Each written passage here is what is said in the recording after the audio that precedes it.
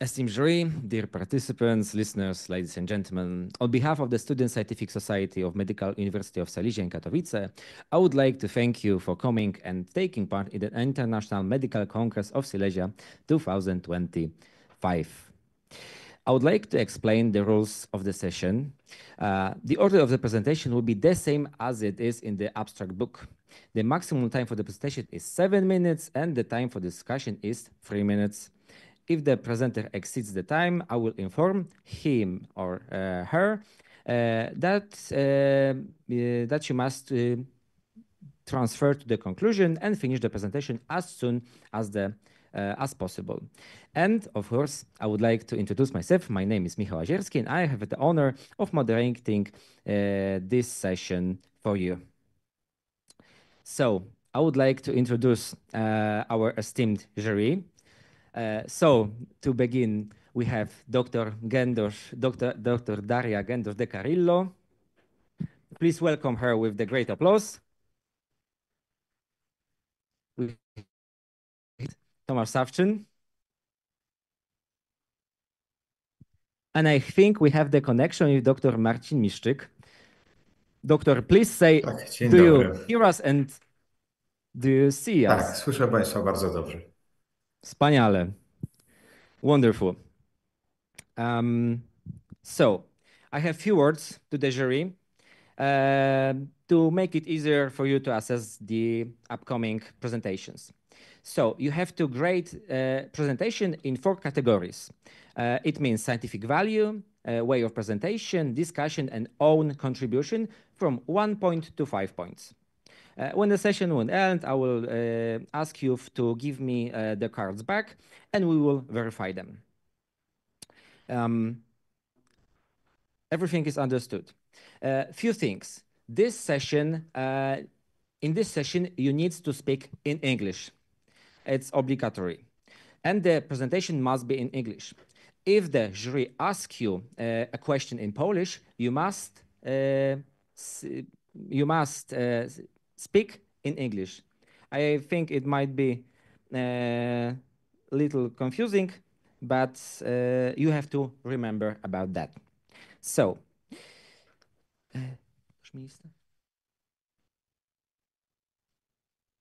okay, I think we can start with the first presentation. The presentation titled Persistent Multi-System Involvement After Pediatric COVID-19. And I would like to invite the author of this presentation to the stage. And I would recommend to greet the author with the great applause.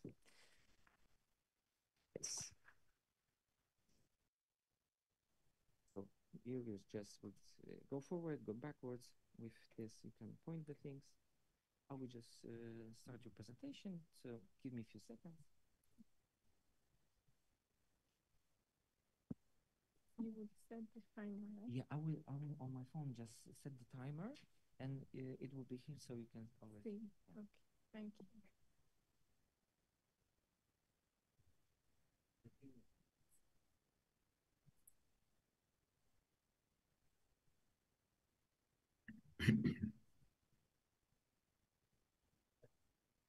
All right. Hello, good afternoon, everyone. Thank you for being here, and thanks to the organizers. My name is Ojukwu Esther, and I'll be presenting the topic, Persistent Multisystem Involvement After Pediatric COVID-19.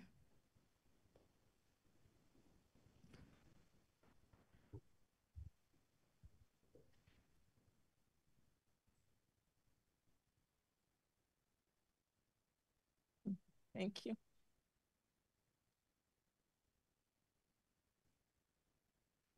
So basically, this topic is, the main aim of this topic is to evaluate and to actually look at the post-chronic effect that children experience after COVID and the clinical implication of this in the whole world. So when we talk about the COVID, we are speaking about long COVID. And this is, we also call it post-acute sequel of SARS-CoV-2. And this refers to a case of persistent physical, neurologic, and also psychologic symptoms after the acute phase of COVID-19, especially in children. And when we talk about pediatric, it's between ages 0 to 18 years old that falls into this range. So basically, we realized that during COVID, most especially the children who are fully healthy, they had milder symptoms than much older people. However, months and years later, we realized that some of these children, they have signs and symptoms that are unexplainable in relation to their clinical records. So that led to people trying to find out what could be the problem. So when we talk about the epidemiology, so basically for our research, we basically got data from peer-reviewed journals such as PubMed, Embase, and Web of Science.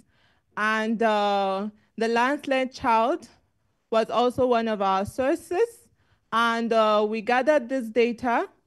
We had inclusion and exclusion criteria. So based on inclusion was mostly 1 to 18, and we excluded adults. And also it has to be data that contained enough information and follow up afterwards. We excluded the ones that weren't in English and the ones that involved adults or the ones that had a comorbidity. So if they had some other diseases that could have predisposed them to show the same signs and symptoms, then they were excluded. So from this, our data, we had roughly 40 studies, and it showed us that 1 in 4 children had this post-COVID infection signs, which is quite a lot. And the prevalence was also based on age. The higher the age, the more they experience these post-COVID symptoms. And the common symptoms were dyspnea, fatigue, headaches, respiratory difficulty, and neuropsychiatric disturbances.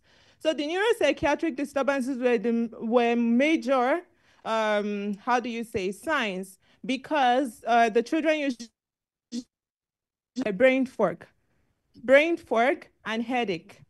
And this brain fog, some doctors confuse it with, oh, lack of concentration, or you don't want to do something in school, or you're trying to be lazy. But we saw that there was this complaint common in people who tested positive for COVID or treated or untreated because it was mild. So that was what led to the connection. So basically, this graph is mostly for some of the constitutional symptoms like fatigue, respiratory symptoms, neurologic, and also some dermatological ones. And this was based on the acute infection time, the ones that were prevalent, 3 to 10 weeks time. We had 12 to 20 weeks, and we also had up to 36 weeks. So we separated them to know what was more prevalent in which time, the acute and the post-acute time. So basically, also from our research, we were able to identify some connection. What is happening? What was also common in all these children? And we identified that there was an elevation of the inflammatory markers and cytokines, most especially the CCL or the chemotactic cytokine called CCL11.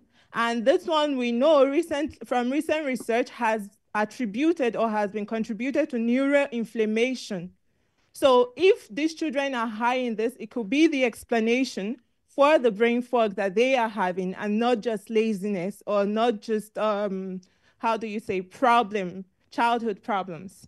Also, the general cytokine elevation led to some, in rare cases, they had autoantibodies.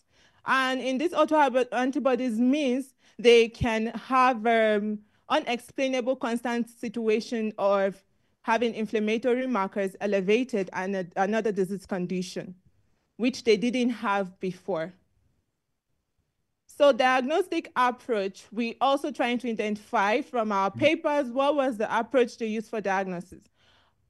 Unfortunately, most of these signs are things we see every day, right? It's hard for a doctor to just send you for MRI or CT because of your headache. So it's a little bit fishy, but the studies identify that they used MRI for the cognitive and neurological, but it took quite a while before they could send the child for this. And sometimes it really doesn't show a lot because the main confirmatory has to be the biomarkers. You have to test for the biomarkers to see that they are elevated.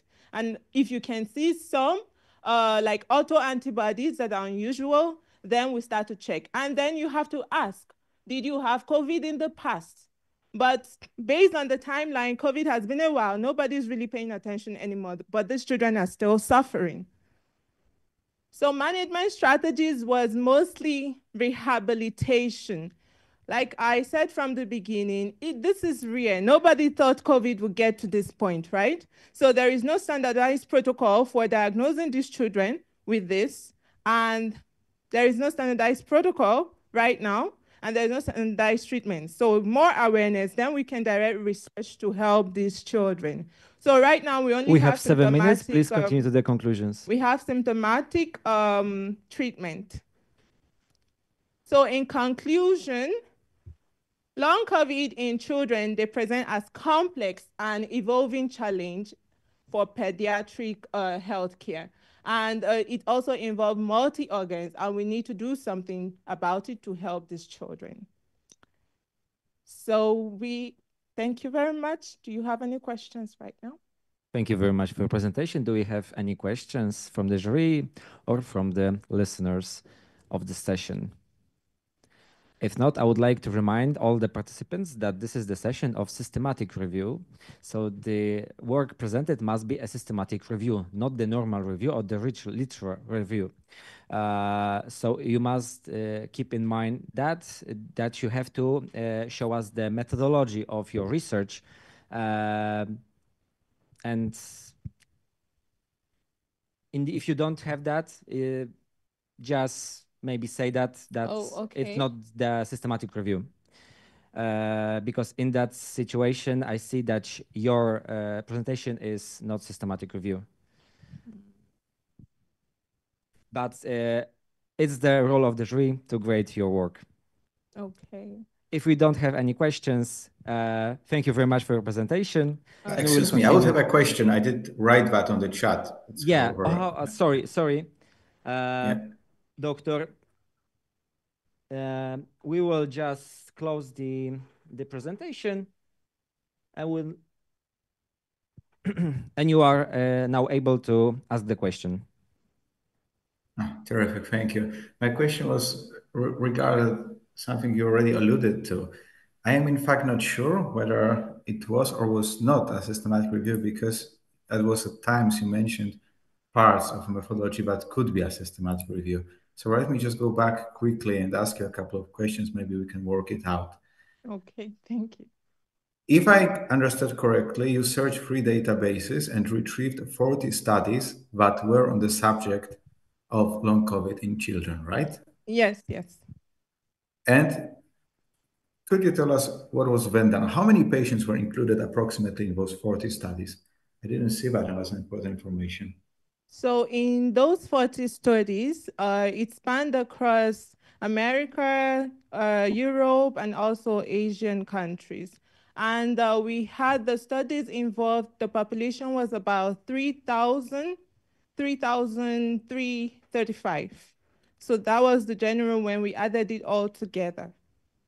Okay, and could you tell me, how did you come up with that information that approximately 1 in 4 children do experience those long COVID symptoms? Did you perform a meta-analysis? So we were able to calculate, because based on each of the paper, we try to get like an average. Because when we added it together, and we tried to get an average of that, and that was how it showed that 1 in the 4 children caused this. Okay, that would be a methodological mistake if a process of meta-analysis. If you are doing systematic review, you only report the data that is in those studies that you include. If you're doing a meta-analysis, it's not a simple arithmetic calculation that involves calculating the weights for each of the individual studies, and then the process of averaging the results and obtaining the pooled results a bit more difficult. That's perhaps something you didn't know. However, that would be done differently. Let me just continue quickly and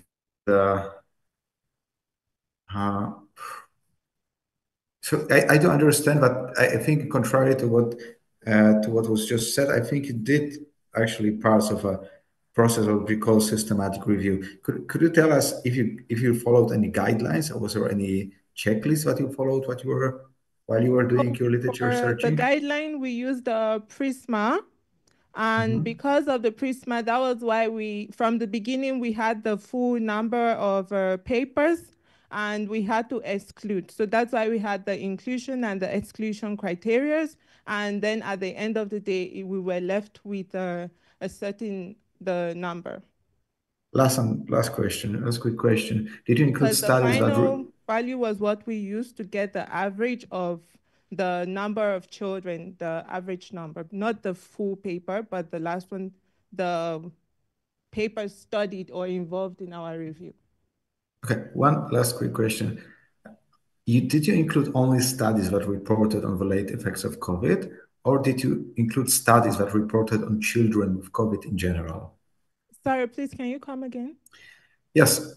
Did you include only studies that reported on late effects of COVID, or did you include all studies that reported on children treated for COVID? We reported on studies that were in children who reported and tested positive for COVID. If there were no reports or tests, we excluded such studies. Yeah. Because we needed to confirm that your symptoms, like I said earlier, they had mild symptoms in children. So the fever, the fatigue. So we needed to make sure it was the studies that involved that they were tested and confirmed to have SARS-CoV-2. Sure, thank you. My question was in particular, if you only pick studies that do report somewhere in the abstract that focus on the late effects, then you're creating selection bias. But that's, of course, perhaps unavoidable. Some studies might not have long enough follow-up. That is more complex methodologically. Let's drop it. I think you actually did something which was approaching a systematic review. It was just a matter of how you reported it. So that's okay. That's okay. Thank you very much. Thank you. Thank you very much for that presentation and for the discussion. I think the discussion would for sure help the jury better assess your presentation. And now we are continuing to the second presentation titled The Aggression Towards Healthcare Workers, Literature Review and Initiation of Safe Medic Project. Yes, big applause, please.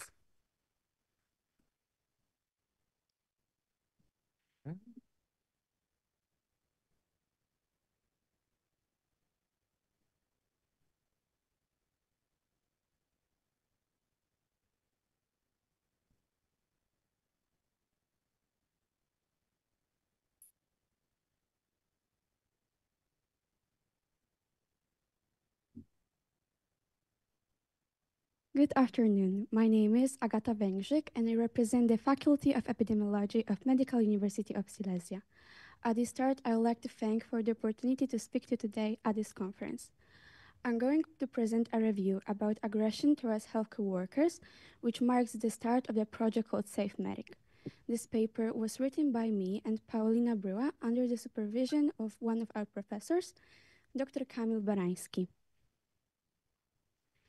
Increased frequency of reports concerning various types of abuse has drawn our attention, especially due to two incidents that already happened in this year in Poland. One of them took place in Sielce on January 25th this year when a paramedic lost his life, but the other one happened not even 2 weeks ago. As we all heard, the doctor was killed by his aggressive patient. Unfortunately, this issue of violence towards medical personnel remains underestimated and overlooked by our society, despite those alarming news. The aim of our article was to examine and explore the prevalence of this problem in other countries before starting an assessment of this phenomenon in Poland. The research strategy used in was used in PubMed, and we use keywords such aggression, violence, abuse, healthcare workers, doctors, nurses, and general practitioners. At the end, 24 articles were selected for further analysis. At the start, after researching various combinations of keywords, we found over 80,000 records, and after applying specific selection criteria, we only included 24 studies in our review. Medical personnel has to face different types of abuse in everyday practice. The most common type is raised voice, which differs significantly between the countries. For example, in Poland, it's about 24%, but in Belgium, it's almost 90%. Physical violence is also not uncommon type, as a lot of people think, but it also differs between the countries. In Poland, it's not even 2%, but in Australia, it can even reach over 30%.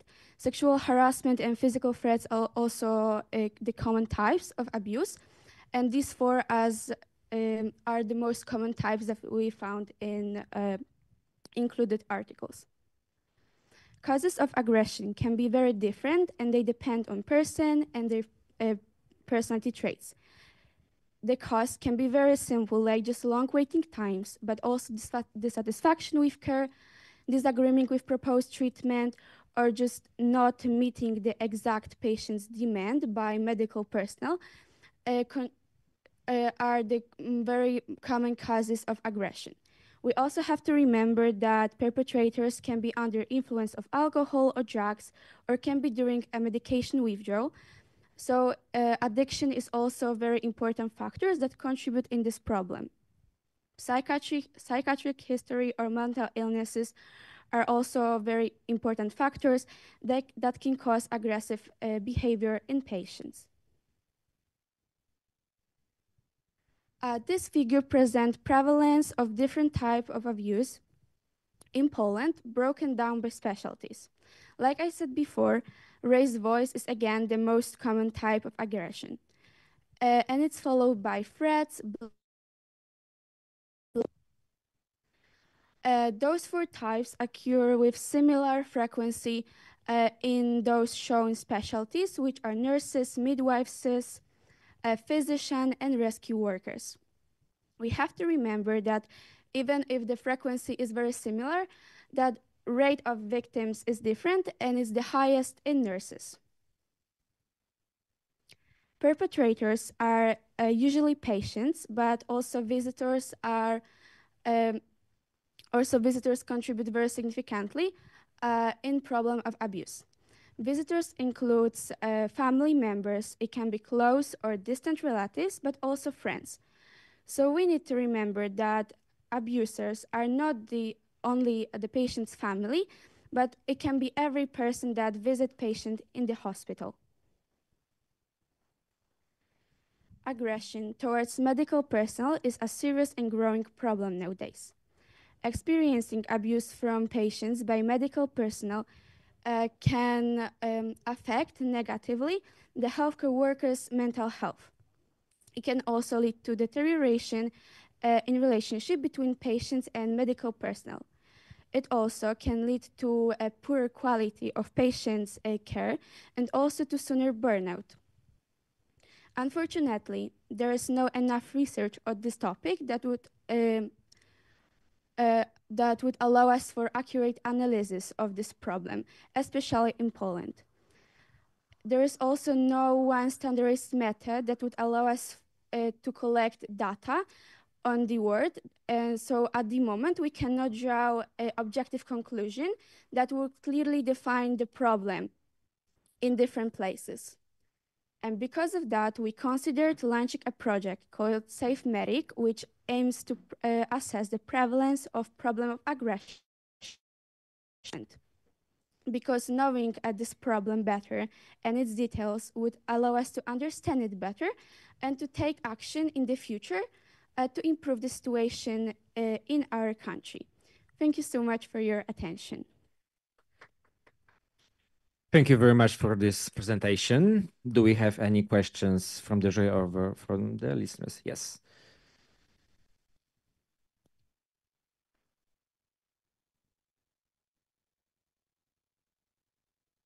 Thank you. Thank you for your presentation. Very interesting. But as a jury, I have to ask you, what was your contribution to the topic? Because I need to score it. Yes, like I said, I work on this paper with Paulina Bryła.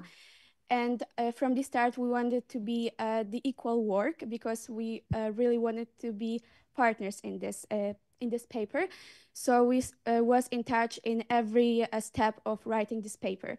We read articles together, we research together, but I took the initiative in writing because we wrote straight in English. So I translated more.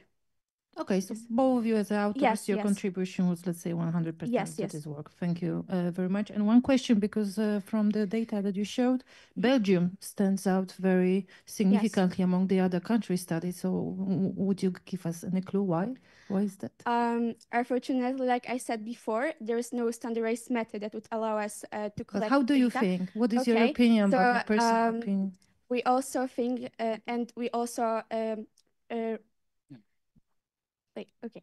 So in the articles that we found, they said that every person understands the aggression very different. And it also depends on mentality of the country. And in my opinion, in Belgium, maybe there's higher awareness of aggression and being the victims. But for example, in Poland, the rate is very low. And it can be caused by thinking that experiencing aggression or different of abuse by medical personnel is just part of their job. And we don't really talk about. So I think that in Belgium is just the better mentality on this topic. Thank you so much. Do we have any other questions? Yes, Dr. Miszczyk, please. Thank you so much.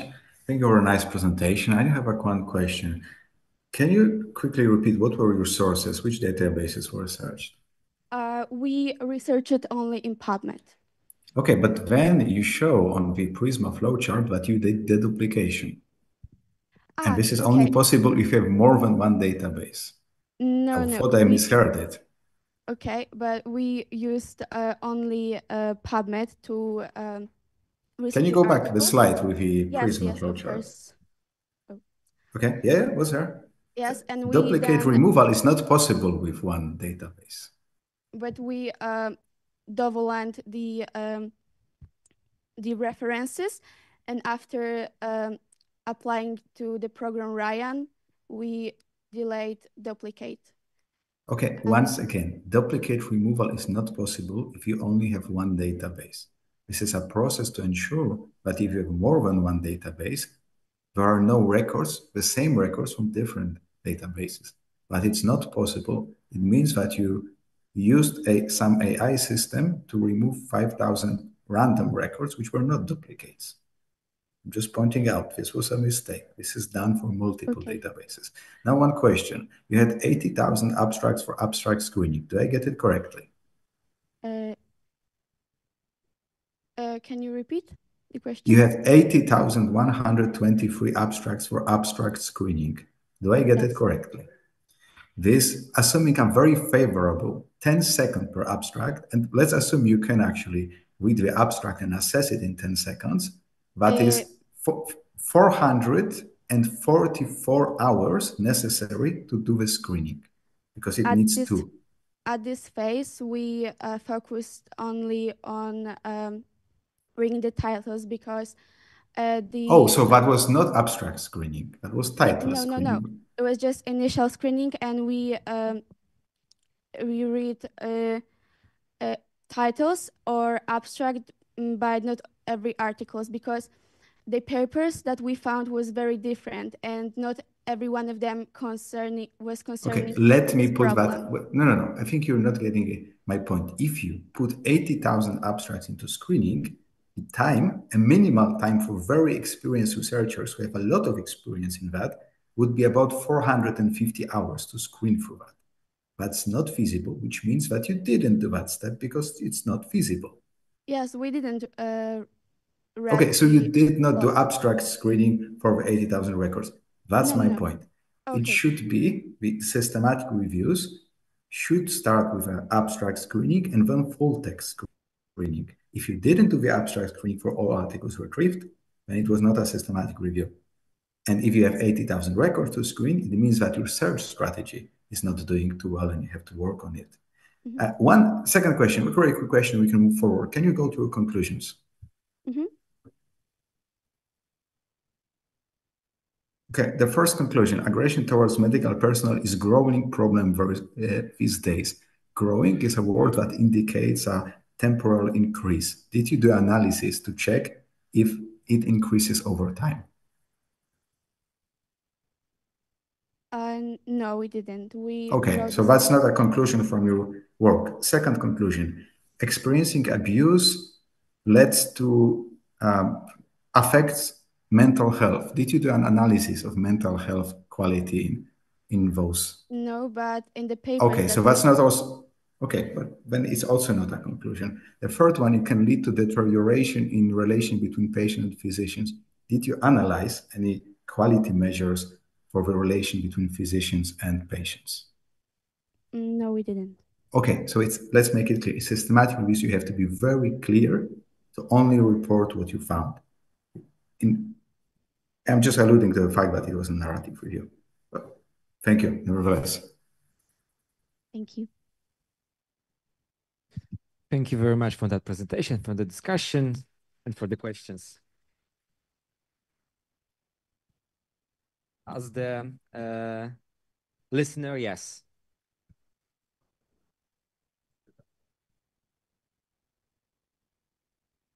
Thank you so much. So let me a little bit more defend my students since I supervised that work. They are the second year and I think they did a really great job. They spend a lot of time. We start this work within the beginning of this year, so even earlier from what I remember. So they spend a lot of time with diagnosing the abstract. So I know that Agata is very stressed right now, but she managed to pretty well. I agree with Doctor with the conclusions, but you probably misunderstood the idea of the presentation, which is more likely to be the initiation of the Safe Medic project and pointing out that we are running this project and we would like to assess the problem in Poland.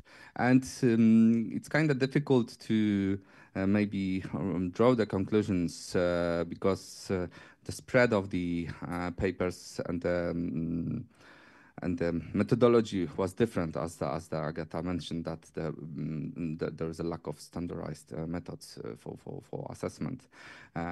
So, of course, I agree totally that the conclusions should be corresponding with the aim of the study. But as I said, we had a little bit more than these conclusions. So we were about to focus on the initiation of the Safe Medic project. Thank you.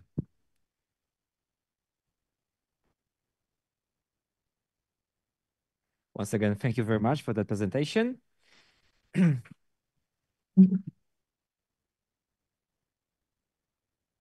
now we will move on to the third presentation titled The New Frontiers in IPF, Insights from Clinical Trials on Therapeutic Strategies. Please welcome the author of this work on stage with a great applause.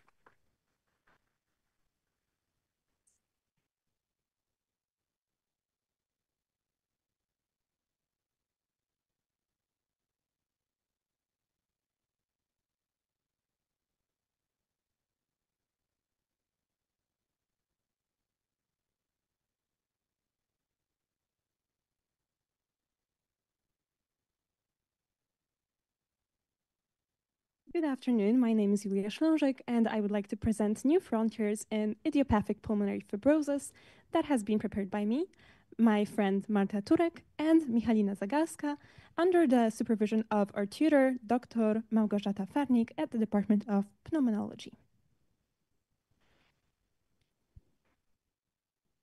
Something is wrong with the presentation, I think. It went very ugly. It's prettier normally, but I hope the other things are visible. Either way, IPF is a progressive lung disease characterized by chronic, irreversible fibrosis of the lungs. It leads to a steady decline in lung function, poor quality of life, and approximately the prognosis is 3 to 5 years after diagnosis of survival without treatment. While antifibrotic agents that have already been approved, such as pirfenidone and nintedanib, have become standard treatments, they only slow the disease progression, but they don't reverse it and they don't stop it. And there remains a pressing need to find something that works and helps our patients. And so the aim of our study is to see if any phase 3 clinical trials show promise for those patients. And if I can have the next slide, please. Okay, so it's just the font that went ugly. So our method was based on the PRISMA guideline. We used PICOs as well. Our population was only adult patients that have been diagnosed with IPF. The intervention was novel or approved phase 3 clinical drugs. And the comparison was placebo or standard of care, as well as the outcome was the one that we measured was disease progression, FVC, symptom relief, quality of life, and adverse effects. And out of the clinical trials found on clinicaltrials.gov, we found 77, out of which only 30 were included because the other ones were irrelevant to IPF. They included the drugs, but they didn't include IPF patients. They were looking at other functions. 16 were on novel therapies, 10 on approved antifibrotics, and 4 on ongoing trials. And overall, as we can see, really pirfenidone and nintedanib, which are already approved, were the majority of the found papers because clinical trials was looked on everything from 2010 to 2024. So we search everything so that we have a comparison on their efficacy. Next slide, please. And this is a very small accumulation of the drugs that were looked at. So bosentan, which is an endothelin receptor antagonist, originally it is used in pulmonary hypertension, but unfortunately it didn't show any benefits, so it doesn't show any promise yet for those patients. So the sildenafil, which is a phosphodiesterase 5 inhibitor, also repurposed from pulmonary hypertension, but again, it did improve some vascular perfusion, but it didn't really show any significant results. Thalidomide, which I think is a pretty controversial drug, was trialed for cough relief, and actually it showed that it improves this, but the side effects such as fatigue and neuropathy limit its ability to work here. Pirfenidone, on the other hand, which is the one that is already approved, is a broad antifibrotic and it slows FVC decline, it increases the survival, while nintedanib is a tyrosine kinase inhibitor, and it again shows decline in FVC. But we also have GLPG1619, which is ziritaxestat, but the phase trial name is this one, and it is a novel autotaxin inhibitor which interferes with the profibrotic signaling. So the early results do suggest that it preserves forced vital capacity, but there is a lack of efficacy in terms of the primary endpoints overall. And if I may have the next slide, please. So the novel therapies, I really summarized everything in the previous slide, but I wanted to focus on 5. Pamrevlumab, which is a monoclonal antibody, it shows a modest slowing of the FVC decline, but it misses its primary endpoints in the trials, so they have terminated the trial altogether. Zinpetraxin alpha also didn't achieve any significant improvement. The autotaxin inhibitor, so our ziritaxestat, also was terminated, unfortunately, due to lack of efficacy. Inhaled treprostinil showed some improvements, but it isn't still in phase 4, it's still in phase 3. And the BMS is sildenafil combinations, which I don't think are on the slide, but they are explored for symptom modulation overall, but not the progression of the disease. And next slide, please. The approved antifibrotics, so very briefly, pirfenidone and nintedanib, they are both the first line. They still remain, from all of this work that we did, they still remain the first line standards. There is nothing better at this point, but their adverse events and incomplete symptom relief still highlights the needs for adjunct therapies. And next slide, please. And we also have 4 phase 3 trials ongoing currently, and they focus on 3 key therapeutic areas. So it's biologics, such as pamrevlumab, which targets the fibrotic pathways more selectively than the traditional ones, pulmonary vasodilators like treprostinil, which may improve both the vascular function as well as oxygenation, glucocorticoids, which are reassessed in terms of acute exacerbations. And in addition, we have 2 emerging agents as well, which is admilparant, but it is still in phase 2. The phase 3, it's still progressing towards it, but it's more important for us because it really shows promise for the phase 2 trial. It is a leukotriene receptor and phosphodiesterase inhibitor in one, but it's not yet approved, but it's still being studied, and it shows some hope for those patients. And we also have nerandomilast, which is a novel PDE4B inhibitor targeting the inflammatory pathways of IPF. But overall, those are still pending, so unfortunately, there's nothing to see in the nearby future of next year, for example. And please, the next slide to the conclusions. So overall, to conclude, this systematic review underscores the continued dominance of pirfenidone and nintedanib as standard antifibrotic treatments. The novel therapies like pamrevlumab and inhaled treprostinil offer very hopeful venues, but the validation is still needed. The symptom management overall is particularly in terms of the cough. It does remain an unmet clinical need. There is nothing that is approved specifically for cough relief and IPF.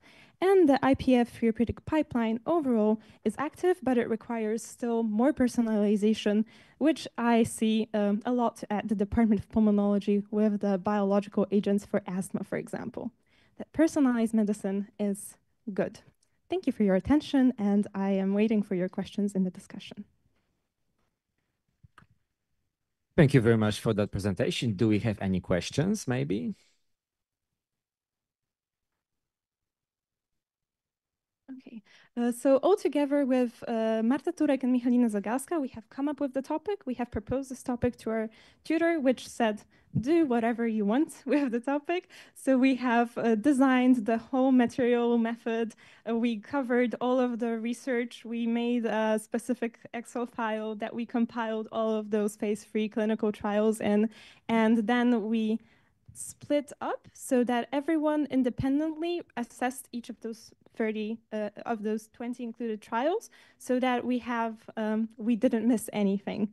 So that was, and I prepared the presentation on my own, but altogether it was pretty equal.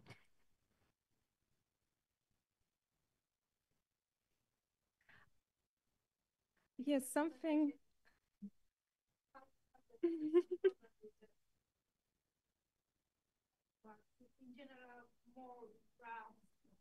Yes, I think because of the font, I think it also, because I had the smart art, and I think it may be deleted as well.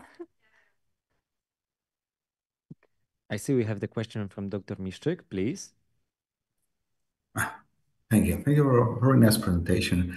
I think I was very close to being a very proper systematic review, so your questions to you will be more specific.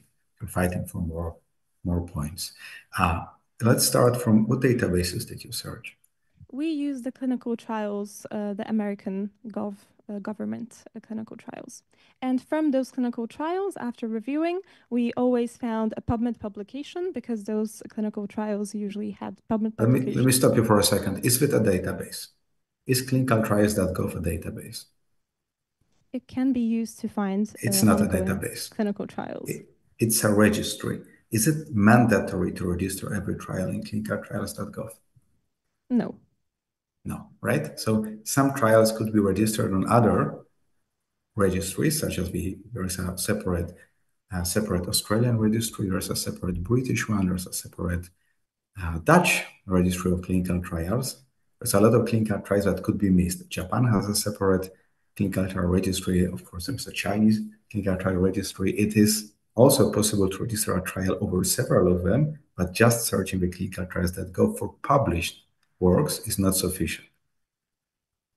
Could you think of a database that contains clinical trials, randomized clinical control trials? We also looked at the Cochrane database that cumulates all of those, and they had the exact same clinical trials that we found. Cochrane Central. It is partially because Cochrane Central indexes clinicaltrials.gov. So by definition, everything on clinicaltrials.gov is also on Cochrane Central. It's not possible for it to be otherwise. That is still not a database, but it's also a registry. A database would be, for example, Embase, Medline, Web of Science, Scopus, etc. That's fine. Okay. I understand you were doing it yourselves, or things you might not have known. Okay. Could you tell me about risk of bias assessment for randomized clinical trials? I understand it was only randomized clinical trials. Yes. For any trials in systematic review, we should do a risk of bias assessment, a formal step in the PRISMA methodology. Did you perform a risk of bias analysis? We didn't strictly make a risk of bias analysis. We didn't make any document yet for this, but we reviewed everything separately, and then we compiled our findings. Okay, it's a yes/no question. You did it. Risk of bias analysis, it's a very, very strict, very formal type of analysis. You take a checklist for randomized control trials. It would be the ROB20 tool by Cochrane's collaboration or Newcastle-Ottawa scale.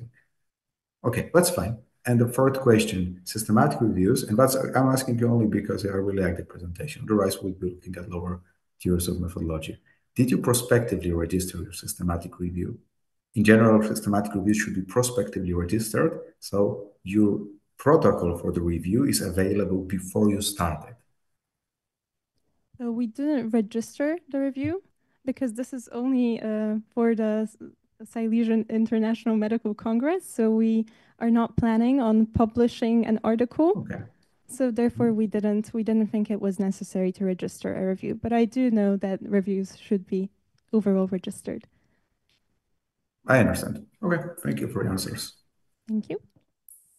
Thank you very much. Thank you very much for that presentation and for the discussion.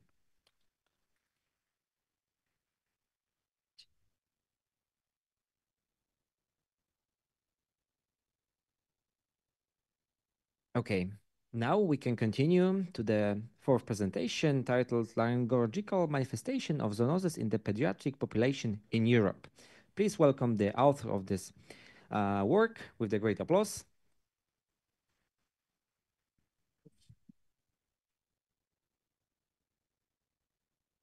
Good morning, everyone. One second. Good afternoon, actually. My name is Jan Osicki, and I'm honored to present you our research titled Laryngological Manifestation of Zoonosis in the Pediatric Population in Europe under the supervision of Agata Gierlotka, PhD, MD. Firstly, few words. Zoonotic diseases represent significant public health concern, particularly among children, who are more prone for such diseases due to frequent contact with animals and contaminated water, for example, when playing outside in the sandboxes and etc. And laryngological manifestation often may be non-specific, making early diagnosis challenging and potentially delaying appropriate treatment for our patients. I'd like to say a few words about PRISMA guidelines. The PRISMA stands for Preferred Reporting Items for Systematic Reviews and Meta-analyses, and those are reporting guidelines that are designed to improve the reporting of systematic reviews. And we tried our best to abide by the rules of PRISMA in preparing our research. And the process of creating literature review according to PRISMA includes 4 crucial steps that are identification, screening, eligibility, and inclusion. The aim of our study was to evaluate otolaryngological manifestation in the pediatric population of Europe up to 11 years of age, diagnosed with cat scratch disease and tularemia. Cat scratch disease is an infectious illness caused by the bacterium Bartonella henselae, typically transmitted through the scratch or bite of a domestic cat. Tularemia is caused by the highly infectious bacterium Francisella tularensis and can be acquired through tick or deer fly bites, direct contact with infected animals, inhalation of contaminated aerosols, or ingestion of contaminated water. Material and methods, we conducted systematic literature review. We studied articles from March 2016 to July 2024, and we retrieved case studies from PubMed database. We had some inclusions criteria that included absence of the laryngological symptoms in our patients, age of a patient above 18 years old, and we excluded also patients outside of Europe, and we excluded articles that didn't have free full text available online. And the median age of our patient was 11 years old. We included 5 women and one man in the study, and all included patients were below 18th year of age. Excuse me. So as I said, we included 6 patients in the study, 2 with cat scratch disease and 4 with tularemia. 2 patients presented with co-infections involving Borrelia burgdorferi and Leishmania infantum. We recorded 3 different laryngological symptoms in our population. The 65% of patients presented with lymphadenopathy, that was mostly in the neck region, and abscesses also in neck region. And we had also cases with swelling in the submandibular region. In our patients, we had patients from around the Europe, including Austria, Switzerland, Portugal, Turkey, and Georgia. And before this, I'd like to say that we screened around 600 papers, and only 6 cases were left out of it. And the vast majority of patients were treated with amoxicillin calvulenate antibiotics. 2 patients were treated with amoxicillin, calvulanic acid, and azithromycin, 1 with ampicillin and sulbactam, 1 with amoxicillin calvulenate, gentamicin, and doxycycline. And moving to conclusions, the majority of searches identified lymphadenopathy in the cervical region as the most prevalent manifestation of zoonotic infections in pediatric patients. Clinical presentations can be similar across various zoonoses, which complicates the differential diagnosis. And empirical treatment with amoxicillin calvulenate is considered a first-line therapy. However, microbiological confirmation may be needed to start targeted treatment. And thank you for your attention. I'm eager to answer any questions. Thank you very much for your presentation. Do we have any questions? And my contribution to work with, we got the topic from our mentor, and I with my team did all the work by ourselves, including strategy of search, etc. And I was preparing the presentation and script for it.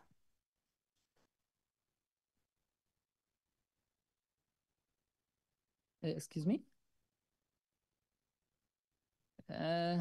There wasn't much of the supervision. We were given a topic, and if we had any questions regarding this study, we were asking them, but we did most of it by ourselves. Okay, so if we don't have any more questions, thank you for your presentation and for discussion. Thank you very much.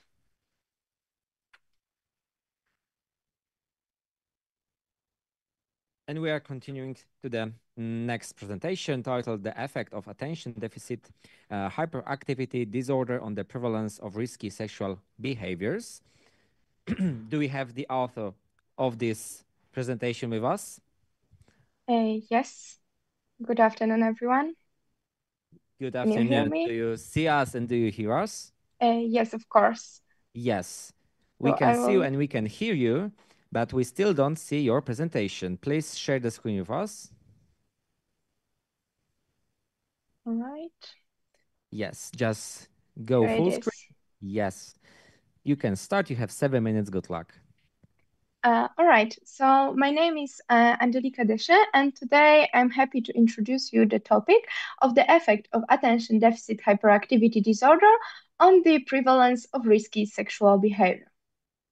So, starting from the beginning, attention deficit hyperactivity disorder is one of the most common neurobehavioral disorders that can cause significant problems not only during the childhood and adolescence, but also during the adulthood.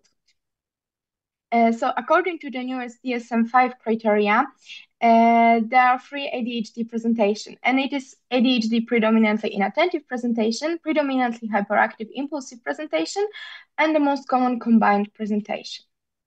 Why have we chosen this particular topic? We find it especially important because I think it's really needed to be aware of such maybe not so obvious implications that can have ADHD on a very different areas of patients' life. Because for sure we know that risky sexual behaviors can cause sexually transmitted disorders and unplanned pregnancies. The aim of this study was to collect, analyze, and present the data about the relationship between the presence of ADHD symptoms and engaging in risky sexual behavior. We posed several research hypotheses. And despite what I said before, we also wanted to focus on the impact of treatment to this phenomenon, and also the impact of particular ADHD presentation, and also the gender differences.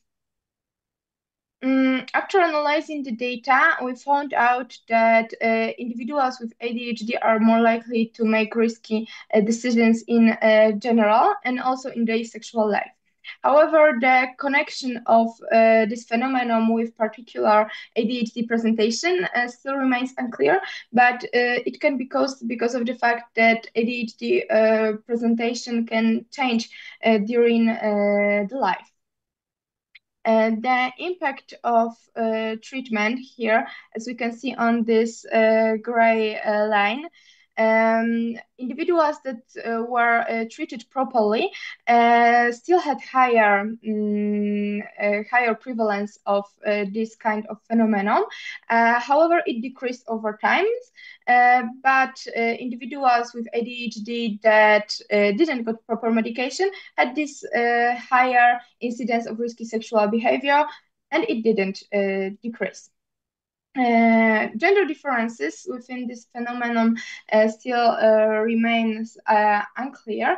Some studies that were made on the higher population suggest the higher prevalence of this phenomenon among women. And we know that individuals with ADHD are more likely to have sex after drugs or alcohol, had higher number of sexual partners, and often had early sexual initiation.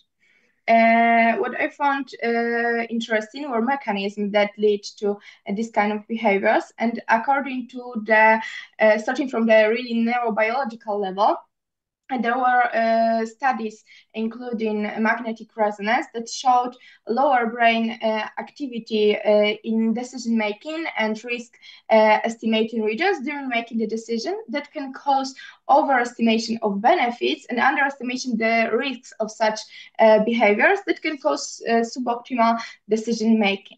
Also, as we know, individuals with ADHD are more likely to have impulse control disorder and impaired executive function. That can cause that even if they are well educated, still they can have problem with compliance. The fields for the further research, despite what I said before, there is really limited research according to the impact of non-pharmacological therapy to this phenomenon, and also the difference between stimulant and non-stimulant drugs on this particular phenomenon. Also, the mechanisms, what I said before, they are still a hypothesis, and they need to be confirmed by the further research. And the last thing, which can be such a take-home message, the most important thing. So the recommendations that can avoid the negative consequences of such a behaviors. So starting from the patient, starting from the early diagnosis, we need to identify this kind of risk groups. So diagnosing among children, but also among adults is really, really important here. And also, if we are talking about adolescents, engaging parents seems to be very important to prevent substance use, which is one of the most common risk factors for SRTB. If we are talking about the impaired executive function, then here the literature says that the easy access to contraception seems to be very important to reduce the negative consequences. And the most important, last but not least, is the education, not only among patients and their families, but also among the healthcare professionals and physicians to just be aware of such maybe not so obvious relationships. So here's my bibliography. Thank you. Thank you very much for your presentation. Do we have any questions, maybe? Yes, I see the question from Dr. Miszczyk, please. Thank you. So first, a quick remark. I don't hear other members of the jury unless you speak in the microphone. So if it's possible, I would really appreciate if you use microphone. If not possible, I understand. The microphone? The presenter. Oh, no, I wasn't to you. Now the presenter, Angelica, thank you for your presentation. I do feel like I missed the part in which you explained to us how this was a systematic review. Because it does appear more like a presentation that you prepare on the subject, but could you perhaps go back and show us how was that a systematic review? Yes, here our methodology was searching the PubMed using the following keywords, and there were 337 results obtained, and we selected 37 studies that were analyzed after excluding the studies that were not about this topic and excluding studies that were in other language than English. Oh, great, but that's the initial part, right? And systematic review refers in majority to the synthesis of data in the presentation. For example, you could say we had 37 studies, 7 of them were cohort studies, 20 were randomized controlled trials, 10 studies were retrospective. We don't know what the studies tested, what was their setting, perspective, retrospective, case control, cohort studies, etc. We didn't know what were the populations for the studies, or did I miss it? Perhaps it was on the presentation. Like, indeed, you have a short comment on how articles were identified. Yes, they were according to the adolescents and adults. However, yes, I know that they are lacking like the percentages of everything you said. Mm-hmm. Well, you could call them percentages, but we are talking about very basic information. For example, did you show us how many patients were analyzed in those 37 studies? I mean, there were big differences between the amount of population. It was from really small studies, about 20 people, to some bigger, more than 3,000. Yes, however, you're right that we didn't summarize it maybe as properly as you said. Okay, could you tell us a ballpark? Was it 10,000, 100,000? I think it would be more about 10,000. Okay, and could you tell us a couple of words about qualitative aspects of those studies? How was it experimental studies, retrospective studies? Was it perhaps population studies? What was the setting? Was it healthy participants in whom people were screened for those disorders, or was it, for example, patients that already have a diagnosis?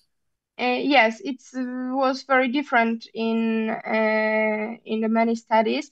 However, most of them, I think, there were surveys. Also, the biggest studies were from the online surveys. However, some of them were, as I said, using standardized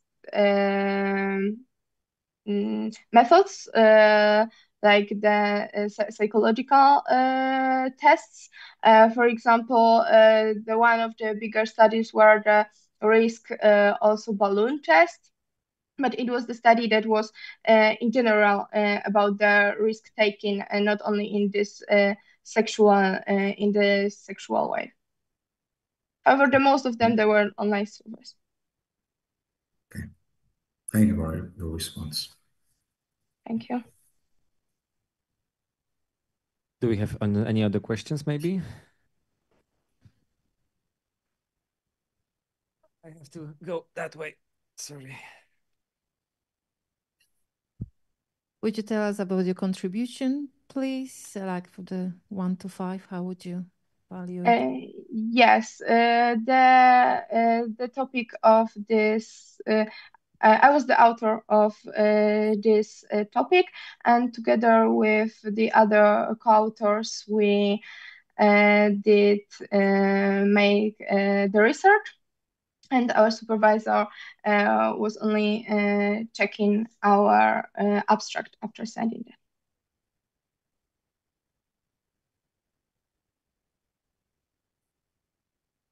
Okay. And I see that the next presentation will be online as well. The next presentation, titled The Efficacy and Safety of Factor 11 Inhibitors for the Prevention of Venous Thromboembolism, a meta-analysis. And that's the presentation. The authors of the presentation are from Bali in Indonesia. Do we have the connection?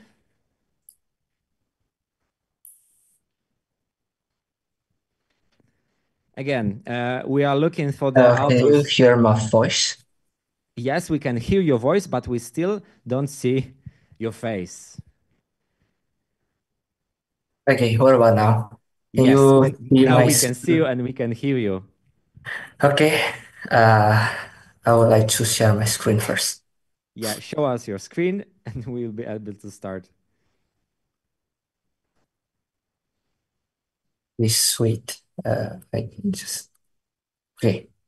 Can you see my screen? Yes, we see your screen. Just go full screen. I will be able to start. Yes, everything is right. So you have 7 minutes and I wish you good luck. Thank you very much for the opportunity given to me. Good afternoon, ladies and gentlemen. I'm Aswin Parisya, a third-year medical student from Bali, Indonesia. Would like to present our meta-analysis under the title of Efficacy and Safety of Factor 11 Inhibitor for Prevention of Venous Thromboembolism under supervisions of Igede Putusu Padmanabha. So actually, venous thromboembolism is not really things that is not the disease that is mostly a talk in the today's trend, but this kind of the disease have the significant morbidity and mortality, especially in Europe and United States in the developed countries. So from the epidemiological analysis, we see that this is reported more than 1.2 million cases in 2021. And venous thromboembolism that is involving in deep vein thrombosis and also pulmonary embolism is the third ranks of the vascular death globally after the myocardial infarction and also strokes. There are three fundamental things that involve in this kind of the system or this kind of the disease we call a triumvirate, including the venous stasis, hypercoagulability, and also endothelial injury. The research gap right here is the conventional anticoagulants may risk of the bleeding and also higher risk of the recurrence of this kind of the venous thromboembolism. But in the current situations, we do understand that the factors 11 inhibitors is proposed by the several pharmacological company to answer this kind of the situations. First, it's good anticoagulation effect. Second, is only targeted one of the specific element on the intrinsic coagulation pathway. And third, is restricted on the several impact on the physiological physiological hemostasis in vivo, so that the physiological hemostasis can still go on even after we do this kind of the treatment. So currently, safety and efficacy of this kind of the factor 11 inhibitors is really limited when we comparing in the disease of venous thromboembolism, especially in the comparison for the standard treatment, including low molecular weight heparins and also direct oral anticoagulant medicines, but it's also still unclear. So this is the aim of our study, to answer to these conditions. So we do the systematic review and meta-analysis actually in Indonesia, not really widely done, but we try to go outside the box of this kind of the analysis. We conducted using the PRESMA method. First, we register a protocol into the Prospero database. Then we do the searching method by using the database, including the PubMed and also Science Direct, with several keywords that have been tested before, with the several eligibility criteria, including randomized clinical trials, and also with the patients of the with the populations of VTE patients or patients at risk of VTE, because we assess the prevention actions. The second one, it's involve the factor 11 inhibitor as the interventions of this kind of the meta-analysis. And we also need the control group. It might be the control group from the standard therapy also, or also on the placebo. And the last one is the outcome, is the prevention of venous thromboembolism in patients with the history and without the history, but at risk with this kind of the disease. We do the assessment of the study quality by using risk of bias 2 tools by its worksheet. And then this is our PRISMA flowchart. So in the end, we're also doing the data extractions based on the variable that we assess, including the studies, including the general characteristic and etc. Then we analyze by using the Cochrane Review Manager 5.4 and also the publications bias potential of this kind of the data. This is the summary of the included study that we have done. We have 10 studies involving more than 5,000 patients, exactly 5,010 patients. First, we classified the study based on what is the patient's disease, what is the risk of the venous thromboembolism, including the major surgery, atrial fibrillation, and etc. The second, we also compare type of the interventions, type of the regimens of factor 11 inhibitors, including ASOS or antisense oligonucleotide and etc. We also assess the dose of the interventions. We assess the comparator. Several comparator is low molecular weight heparins or LMWH, and also direct anticoagulants. And also the last one is placebo. And then we also assess how long this kind of the treatment is given to the patients.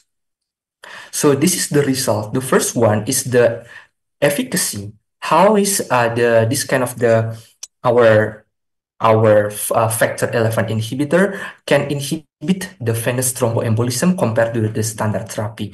When the comparison to the LMWH, you can see that the risk can decrease with the protective ratio 0.23, significant, and then the second one with the direct anticoagulant also significant, and even after not playing the significant role.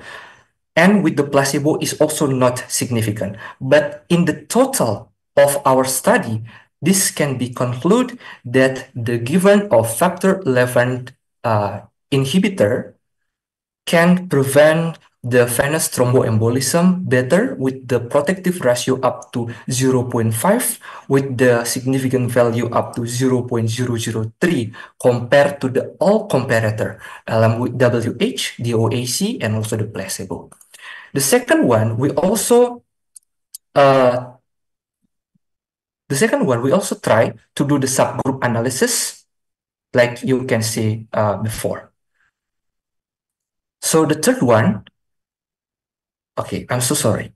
The second one, this is how this kind of the modality, this kind of the factor 11 inhibitor is preventing the major or minor bleeding. This is the major bleeding that can be prevented. We can see that in the comparator between the factor 11 inhibitor compared to low molecular weight heparin, the risk of the bleeding decrease with a protective ratio up to 0.22 with the significant value P equal to 0.03. Moreover, in the comparison on the direct oral anticoagulant therapy, it also can decrease the risk of bleeding up to 0.23, I mean. And in the total comparison, we can say that the factor 11 inhibitor compared to the comparator can decrease the risk of bleeding up to 0.5 with the significant value P 0.03. And the next one, this is the subgroup analysis of the Sorry, please continue with the conclusions. Okay. On the conclusion. So this is, I can see that publication bias analysis. We can see that the similar between the two of the side of this kind of the diagram. This is the discussion because of the factor 11 inhibitor can decrease or can inhibit only on the intrinsic pathway. It can be more safety, but not less inferior compared to the current anticoagulant therapy. So in the conclusion, we can say that factor 11 inhibitor prevent the incidence of the VTE significantly superior to overall comparator, and factor 11 inhibitor were significantly better in preventing the major or clinically significant non-major overall comparison. On the efficacy, the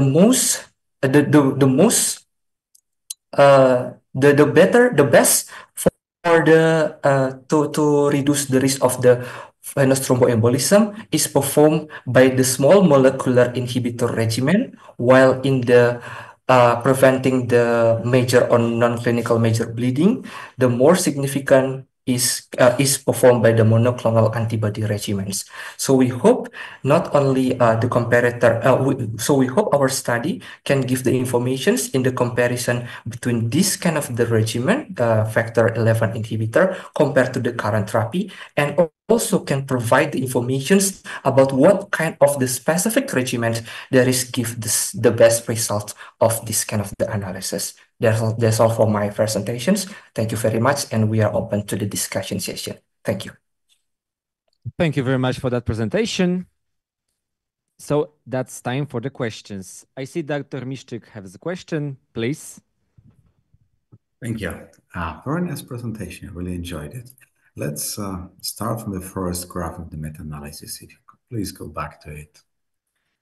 Now, the first graph of the meta-analysis, the first forest plot.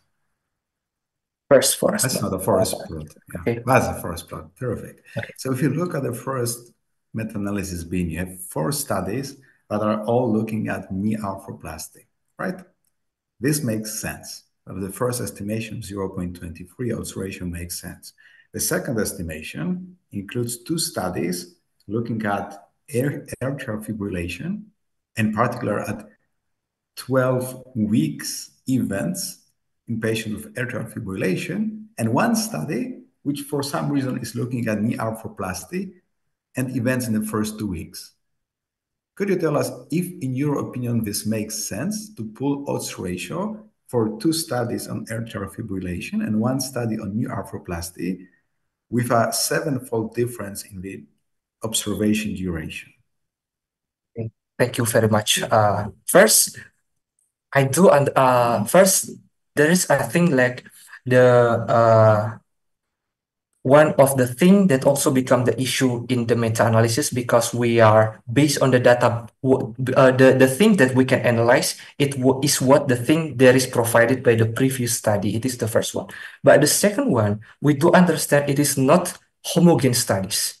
so that we do the random model. It is the first one. It is the second one. And the third one, when we try to compare between the study in the meta-analysis, as long as I know, we are not only comparing one study to the other study, but one study to each study in this in the group in the group there is exists in the study. So for me, yes, we do. What I mean, like maybe one study is 2 weeks and another study is 4 weeks, for example. But in the one study, in this 2 week study, we're comparing the treatment group and control group with both given the medicines for 2 weeks. So we are comparing the different group in the same timeline in one study. So that things will give us the odds ratio or protective ratio. This protective ratio is per Okay, study. let me stop you for a second because I think we're kind of off topic. The first one is fine. It's 4 studies on the knee arthroplasty, more or less the same intervention comparator. That's fine. But the second one is 2 studies on knee arthroplasty. 2 studies on atrial fibrillation and 1 study on knee arthroplasty. That doesn't make sense. It's like pulling the odds ratio of aspirin effect on fever and aspirin's effect on coagulation. Doesn't make sense. Second, first, and it's your responsibility to pull correct studies, because if you, we have this all saying in meta-analysis business, trash in, trash out. If you put things that do not belong together in a model, the outcome will be whatever. It will be in the same ballpark because odds ratio cannot go any, there's a limited values they can take, right? So you mentioned random effects. What does it mean? If a model is random effects, in this particular case, you're using a Mantel-Henschel random effect for proportions, for binomial proportions, a contingency table of 2.2. What does it mean that it's a random effect meta-analysis? Okay, thank you. As long as I know that the random effects mean that the weight of each study is not only based on the study, it's not only based on the study size.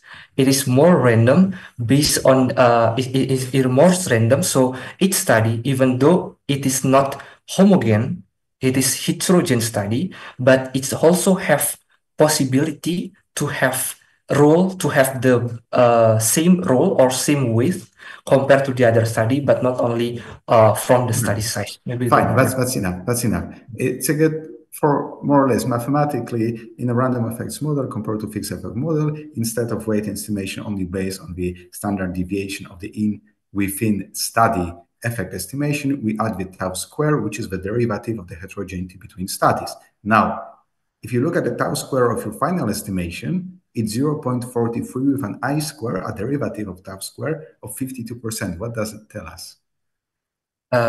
In the 52% tells that this study is not homogeneous, it's heterogeneous study. Exactly. It tells us that the tau square components of the heterogeneity between the effect estimations is significantly higher than the standard error of the within study effect estimations, which tells us that we need to do something about heterogeneity, like look qualitatively at the studies and, for example, notice that you're pulling arterial fibrillation with knee arthroplasty, which doesn't make sense.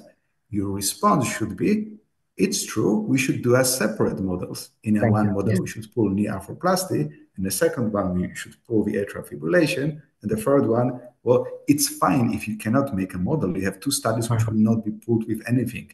2 studies against a placebo that do not have a matching other study. And that's fine too, because every meta-analysis is primarily a systematic review. And if you don't have more than 1 study on a given question, you just report that. Very important. You cannot pull anything. It's a very big pitfall. Okay. So very good thinking. Yeah, actually very good answer on your behalf, but that has to be changed. So knee arthroplasty is pullable, but not with atrial fibrillation. Thank you. Thank you very much for your input. So next we will do the subgroup analysis for each disease. So it will make surely. And then it's a very nice study, but you need to make it separate for each disease. Thank you very much. Yes. Thank you very much for the input. Thank you very much. Do we have any other questions?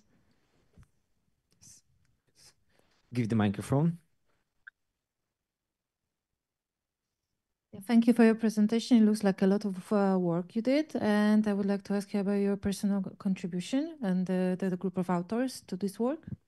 Okay, thank you very much. The personal contribution, right? Like I said before, actually in Indonesia, in my country, the meta-analysis is not widely used. So only limited person can do that. So I really grateful that we have the team group, we have the research group under the research oncology research group. I am the leader of this group. We have handled several projects. Specifically on this project, first, I am the initiator, the conceptor, give several idea, around 5 idea to my supervisor, and my supervisor guide us to choose one idea. Then I guide and also lead my team member first to do the study selections and also doing the data extraction, the data extraction analysis, the data extraction itself, and then after the data analysis, after the data extraction end, after the data selection finished, I personally doing the analysis itself. So after the analysis, I will lead my team member to do the full paper and also for the other things that we can do for the next publications. Actually, we are on the formatted stage to publish this study, and hopefully it can be published soon. And that's my contributions with my team member. Thank you very much.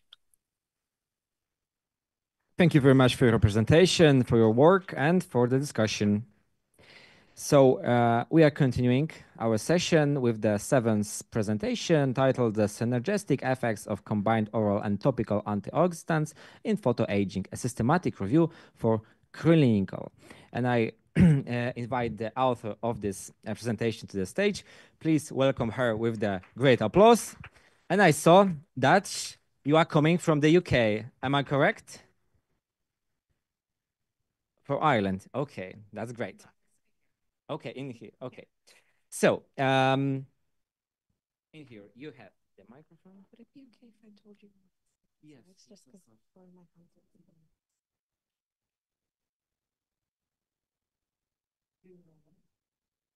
Okay.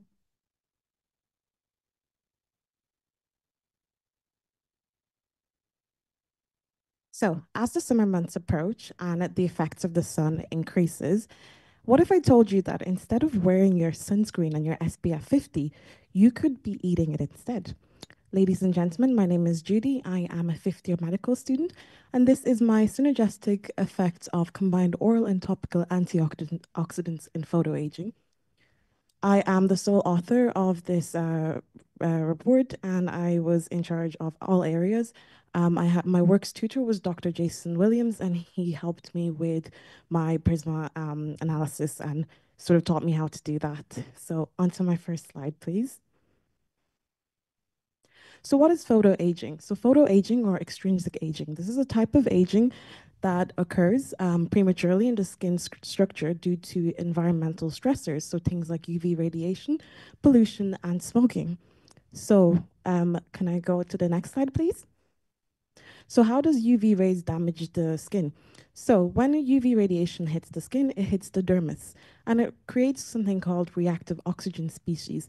These reactive oxygen species lead to degradation of collagen, leading to clinical manifestations of photoaging. So things like rough textures, sunspots, deep wrinkles, leathery appearance, and spider veins.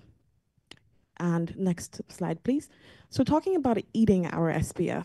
So I don't mean quite literally eating our SPF, but I'm talking about antioxidants. And these are like superheroes when it comes to reactive oxygen species, because they have antioxidant effects, and they help to combat oxidative stress by stabilizing these free radicals. So these are things like our vitamin C's, E's, retinoids, which are vitamin A derivatives, and they have a lot of photoprotection benefits. Next slide, please. So why antioxidants and photoaging? So there's a current gap in the literature. There's a lack of consensus on the optimal antioxidant delivery. So should it be orally, should it be topical, or should it be combined? So my aims for the study were to compare the efficacy of oral, topical, and combined therapies using photoaging parameters such as collagen density, wrinkle depth, and UV protection. Then to develop stratified clinical protocols for dermatologists and to quantify synergy via MED. Okay, next slide, please. And just to mention as well, 80% of adults with Fitzpatrick skin types 1 to 3 are affected by photoaging. So my methodology, I used a Prisma systematic review, and I used databases such as PubMed, Scopus, ProQuest Central, and totally we came up with, I came up with 8 randomized controlled trials. My inclusion criteria, sorry, I keep saying our, I'm so used to working in a team. So my inclusion criteria were published, journals published in English, studies on Caucasian skin, Fitzpatrick's type 1 to 3, studies focused on human tissue, adults over 35, and primary research articles only. So totally I came up with 3. So 3 of these covered topical application, 2 covered oral, and 3 covered combined. And next slide, please. So our results. So spanning all of the studies, we had around 407 patients, and our most notable results were that topical antioxidants such as retinoids, vitamin C, and polyphenols showed strong short-term improvement. Oral antioxidants such as carotenoids, they also had deeper skin systemic values. One notable study by Rebecca et al. Showed that almond supplementation reduced wrinkles by up to 15 to 16%, and carotenoids increased collagen by 23%. Next slide, please. So I also wanted to look at minimal erythema dose. So this is the lowest UV dose causing visible skin redness within 24 hours. So the higher the MED, the better your UV protection. And in the study by Eugomenides, he looked at melon extract. And this study had 61 participants. He noted that when applied topically and when applied orally, there were improvements in MED by 17%, but when these 2 routes were combined, the improvement was up to 28.2%. Next slide, please. And these are just some graphs showing the level of improvements. Next slide, please. Next slide, please. Next slide, okay. Right, so comparing the 2. So topical antioxidants, they have quicker visible results, especially in less dense skin areas like the eyes, whereas oral have more systemic, making deeper skin layers, such as areas of the forehead. So what do we take away from this? We take away that together is better. Using a combined regimen is most effective for patients. Next slide, please. So we did come across some challenges in our study. So you would ask some questions about bioavailability. So how do we know that the supplements that we're taking aren't just going to be broken down by the digestive system? So certain studies, they used a patented, next slide, please. So say you have a patient, 48-year-old woman, she visits a dermatology clinic with concerns about sunspots, fine lines, and dullness. She's had minimal prior skincare routine and no previous history of smoking. Next slide, please. So this is a suggested clinical protocol based on the findings from my study. So based on that patient, she would have a mild to moderate photoaging, and we would recommend a regimen such as retinoids, 0.025% tretinoin, or a niacinamide booster. And we would also use monitoring such as Visia imaging every 6 months and liver function tests due to the effects of tretinoin. And these are all backed by evidence. So you can see the steps. So depending on what the patient is coming in with and how severe the photoaging is, our research-backed suggestions can help to mitigate the effects. Next slide, please. So how do our protocols differ from the general guidelines? So say, for instance, the American Association of Dermatology and the European Dermatology Foundation. So where they would say something like, consider retinoids, our research actually can give you a specific amount of retinoids backed by the studies that would be proving effective for patients. where they would say there's a possible benefit for oral antioxidants. Due to our research, we can say, well, lycopene 10 milligrams and lutein 20 milligrams would be effective in photoprotective measures. Next slide, please. So some of the limitations of our study. So of course, we are limited to Fitzpatrick's 1 to 3 skin types and our age range. I think in future study, we would include a wider Fitzpatrick's range. The reason we didn't include this is because due to the presence of melanin, this kind of affects the general pathway of photo damage. So we didn't want to include it at this stage. So we had a small RCT sample size. We had some subjective parameters such as radiance. Not really sure how you would measure that. And I think that was an issue there. And then also some access barriers. There was also a lack of formal meta-analysis due to insufficient homogeneity for pooled effect sizes, and the results were presented narratively. Next slide, please. So, conclusions and future directions. So we have the effectiveness of a combined treatments, and we need to do further research with larger cohorts. We need to include wider Fitzpatrick skin types and younger cohorts potentially. Next slide, please. We did come across some adherence issues, and we thought that some of the ways to combat this would be things like gummy form. You have to finish the presentation. Okay, so on to my conclusion. Please, next slide. So what clinicians should remember or take away from this? So combined therapy wins, especially in regards to photo aging and sun damage. Topicals for speed, orals for depth, and stratified by severity. Thank you, and I'm open to some questions. Thank you very much for your presentation. Do we have questions from the listeners or the jury? I encourage you to ask the questions. Dr. Mishtik, please ask the question. Thank you. Thank you for a nice presentation. I would have the same comment as I had a couple of presentations back. So a systematic review is a very specific form of data synthesis, while you presented more of your opinions on the topic based on reading a few articles. And it's very important in systematic reviews, we don't do that. We don't actually, if you think something be nice, you don't come up with a solution that needs to be tested. Systematic reviews you have to be very careful. Could you go back and show us a slide in which you present what are the characteristics of those 8 studies that you included in your systematic review?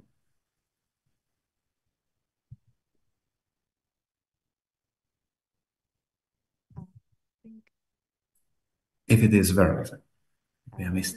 Is it the Prisma flow diagram? No. Do you have if you notice the previous presentation, there was an excellent table. Table was approximately the same amount of studies. Table showing us the characteristics of the studies which include, it's missing, right? It's not there. We don't know. There are 8 randomized clinical trials. Yeah? Oh. No, it's not. Yeah, take it down. Is it this one? No. Okay. No, I'm alluding to the fact that I didn't actually see it, right? Okay, no. Here you have some basic data, but for example, do we know what was the volume studies? Yes, we had about 585 total found on the different databases, and then we had to patients included in those 8 randomized clinical trials. We were talking about results of 8. Yeah, in the 8 randomized trials, we had 407 patients. In total? Yes. That's 400, right? That's 50 patients per study. Yeah. So that's 25 patients per arm. So around 50 to 60 patients per each of the studies. Okay, so all of those are phase 2 studies? Yeah, no, they're primary research, so they were clinical trials. You mentioned the word randomized. Randomized clinical trials can be phase 2 or phase 3. So that would be phase 2 trials. So that would be important information because we would look at this data differently if we knew it's 50 patients per study. So it's all exploratory, right? Yes, yeah, it's quite a novel area. There's not a lot of research into it quite yet, which I think is why it's so important that we do further research in the future. Did you, for example, summarize what were the endpoints of those studies? Yes. So in terms of the combined studies, major endpoints were to see if there was going to be a reduction in minimal erythema dose. And I think that was quite important to check because that shows the level of photoprotection that's offered by combined therapies. And then, of course, these were sort of more of the secondary things to consider. When we talk about photoaging, a lot of the things that patients are coming in to complain with are things to do with visible complaints like deep wrinkles or sunspots, and it's quite cosmetic focused. So studies to do with wrinkle reduction and what is most effective for that were sort of prioritized. But what I majorly wanted to look at is whether having both is potentially better for patients than just kind of putting things on our skin and hoping that it works. And it seems that it does work a little bit better and amplifies the results when we do have a combined Thank you for your comment. So I'm just, again, alluding to the fact that systematic review is very important, but you're very strict and you list the primary trial endpoints. Every trial has a primary endpoint to make it clear what were the trials aiming to do. It's nice, but it's methodologically, I think, a bit complex. Did you do a risk of bias analysis for those 8 studies? That would be my last question. So no, I didn't do a risk of bias analysis because this report, this study was mostly not for Okay, thank you. No, it's fair. One last comment. It's not possible to do a systematic review with one person. Minimum number of people you need to do a systematic review is free, and that's directly derived from the PRISMA recommendations because you need at least 2 independent screeners and 1 person to resolve the conflicts. The minimum number is free. Yeah, so the reason for this is because this is part of my dissertation project, so it was more for academic fulfillment than for sort of publication's sake. Hopefully in the future, if I do take this research and I refine it a little bit more, I can work with a team and I can finally say we instead of mixing it up all through my speech.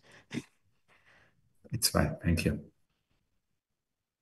Thank you very much. Do we have any other questions?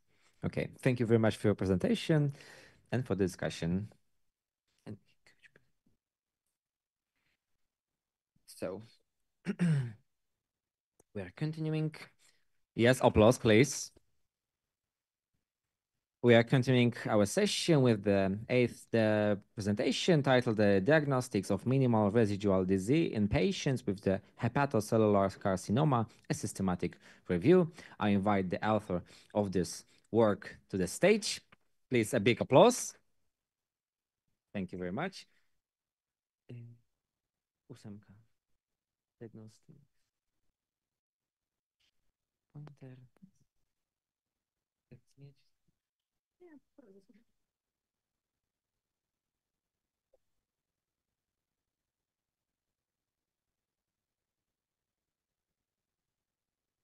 Okay, so, okay.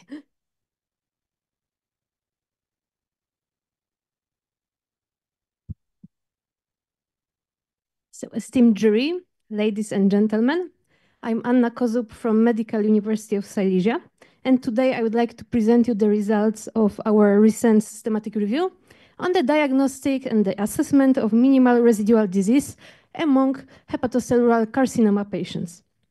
So to begin with, if I could, or I cannot, oh. So to begin with, this term of minimal residual disease has long been associated only with blood malignancies, and it represents generally the small number of cancer cells that remain in the body after the treatment. So it's crucial, especially in follow-up assessments. It can enable us to assess the disease relapse many months earlier when compared with other currently used standard procedures. So the next slide. So the recurrence after radical treatment, it remains a major concern in hepatocellular carcinoma, as you can see in NCCN guidelines in different stages for screening and after the surgical treatment for the surveillance as well. However, this alpha fetoprotein has been the primary biomarker in this setting, but its sensitivity due to its sensitivity assessed between 50 and 70 in the studies and in the guidelines. So we decided, together with my colleague, the next slide, to summarize the data on other ways of MRD detection, on its assessment and its current utility in patients currently undergoing or after the primary treatment for HCC, and to present the results in the form of systematic review. Now, so according to our methodology, we performed it in 2024, probably as one of the first systematic review regarding those different types of biomarkers used. So the research question was formulated, you can see it here, and also it was formulated due to PICO's framework placed in the right. We assessed it and prepared this methodology according to Prospero Prospective Register of Systematic Reviews. However, we didn't place it at their website due to educational purposes of this work. So now I can show you the final strategy for PubMed. It was a complex research due to 3 domains of the that should have been taken under research while searching for those articles. And this Prisma flowchart, so after the application, we had almost 3,000 articles to perform this title and abstract screening. However, at the end, only 10 studies appeared to be that could have been included into this review. For all this, for the stages, we worked with my colleague separately, and then we worked together to see and to compare our results. And in case of any conflicts, we had our tutors to help us with this. Next slide. So that's the risk of bias with this iRobin tools, because we didn't have any randomized studies. As we can see, we have 3 studies with overall serious bias, 3 with this moderate, 4 with moderate, and 3 with low. So that's quite complex issue, especially in bias to the confounding, in selection of participants, or the measurement of outcomes and selection of reported results. Next. So something about our results. We had 7 retrospective, 3 prospective trials. Due to the profile of the majority of our patients, I think it's typical as it's assessed in epidemiological research papers on HCC patients. And we had 3 main ways of assessment this MRD. So alpha-fetoprotein mRNA levels, the cell-free DNA that appeared to be, I think, the best and the most then research in the, I think, best possible way. And also free circulating cells. No, maybe next. Okay. So for the cell-free DNA, we had 6 studies. It occurred that we had here 2 main endpoints. So the main recurrence risk and also the recurrence-free survival. It appeared that higher concentrations were shown as a tendency in the studies. And also we can see here that 3 studies appeared and showed the benefit from this the TACE therapy that also increased our ranges of RR and RFS ranges. Then this AFP mRNA. Also, we had 3 studies, but 3 different conclusions, as this is only on the very initial, I think, stage of research in case of mRNA results. So we had that it was not associated, and the studies, one study also found that just the very high levels were associated with this greater expression levels and recurrence risk. However, I think that's not the issue, so we cannot say more about it now. And next slide. For the CTC, so circulating cells, also we had 2 studies and only 2 different conclusions. So no association or increased recurrence risk is detected. However, what I want to say now due to time limit is that no studies examine the current clinical utility and current clinical decision-making due to this biomarkers assessment. So I think that's a little bit too early. And also different time points were used for this biomarker assessment among all the studies. However, from the genetic and molecular oncology point of view, we had also the endpoint that the genetic following mutations, those 5, they increased and were correlated with higher, but also C3 DNA levels, especially the common TP53, but also less common as FAT1 or CTNNB1 also were detected. And coming to the conclusions, I can see that the majority of the trials indicates the values of the concept of this monitoring MRD. However, it's still a concept and not something that we can apply in 100% to clinical use now. However, we can see during the methodology that we had a lot of conference abstracts, so maybe some research will be published soon, so the results will be more conclusive and more endpoints could be assessed more accurately.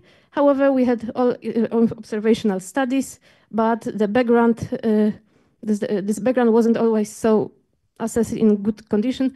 So also our observations could have been biased due to the fact due to also some epidemiological issues which were not always set directly in the papers. So thank you very much, our references, and thank you for the attention. So I'm inviting to the discussion on this novel issue. Thank you very much for that presentation. Do we have any questions?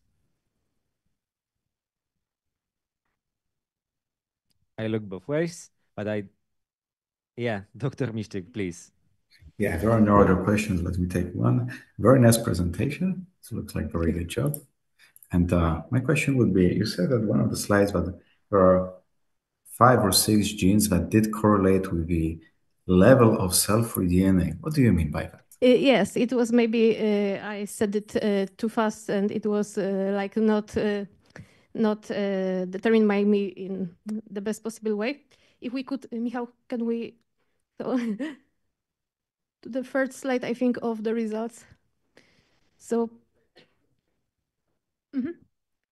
okay, so my point was, maybe I will describe it this way. So my point was that there were 2 studies that focus among those 6 studies that focused on the cell-free DNA levels. So we had 2 that also included this genetical aspect, and they use some statistical methods to try to correlate it with higher cfDNA levels.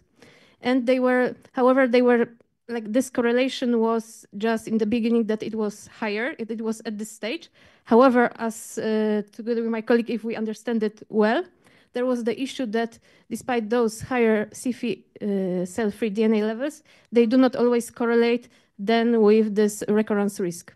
So at this initial stage, we can say that if we have a patient with one of those mutations, we can assume that this biomarker cell-free DNA can also be higher. However, that's not the point at our current state of knowledge that it will mean that he or she is going to have this recurrence rate higher than any patient who doesn't have it.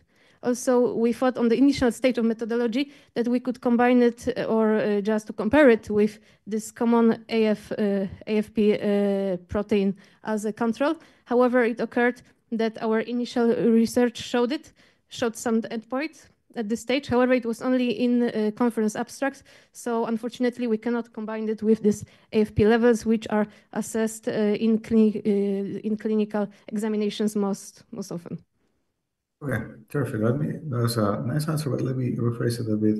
It was 2 ways a mutation, pathogenic mutation can correlate in the ctDNA. You could say, for example, you have 10 patients, initially 3 of them had TP53 mutation. In those that recurred and had high ctDNA, 3 out of 4 still had TP53, alluding to the fact that the TP53 correlates with the risk of recurrence. We can, however, also say that the prevalence of TP53 mutations, which in case of somatic mutation does not have to be equal in all of the parts of the tumor, is higher in the ctDNA. So more cells, there is higher expression. Which of the 2 correlations did you find? Excuse me, if you could repeat your... Yeah, sure. More patients. So which correlation did you find? More patients with TP53 are more likely to recur and therefore have ctDNA following resection, or there is a selection of clones. So the residual clones, for example, because some of the residual ctDNA can be not from the primary tumor, but from other lesions, are more likely to have TP53 mutations. Yeah, now I understand like your point of view. So we had, as I said, 2 papers. The first paper used this genetic examination only as part of those all examinations. So I can say that they only said those mutations have this bigger risk of this higher cfDNA levels. However, the second study, which was more focused on this genetic issue, they I have to admit that they performed many examinations like NGS, like PCR, different ways. So yeah, so they assessed it due to the clones, due to some molecular oncological issues, and their conclusions were more complex. However, we didn't perform it in as detailed way for today due to the fact that it was only one study, and we tried, due to the same limit, to focus on more common. Completely understandable. Thank you. Very good presentation. Thank you very much. Thank you very much for the presentation, for the discussion. And now we are heading towards the 9th presentation, titled The Laryngological Manifestation of Tularemia in Children, a Systematic Review. I invite the author of this presentation to the stage, and I encourage the listeners to welcome the author of this presentation with the great applause. Zooma, puścił Alt-Tab na Zooma. Tam przytrzymaj i kliknij na Zooma. Teraz się zrobię. Dobra? Tak.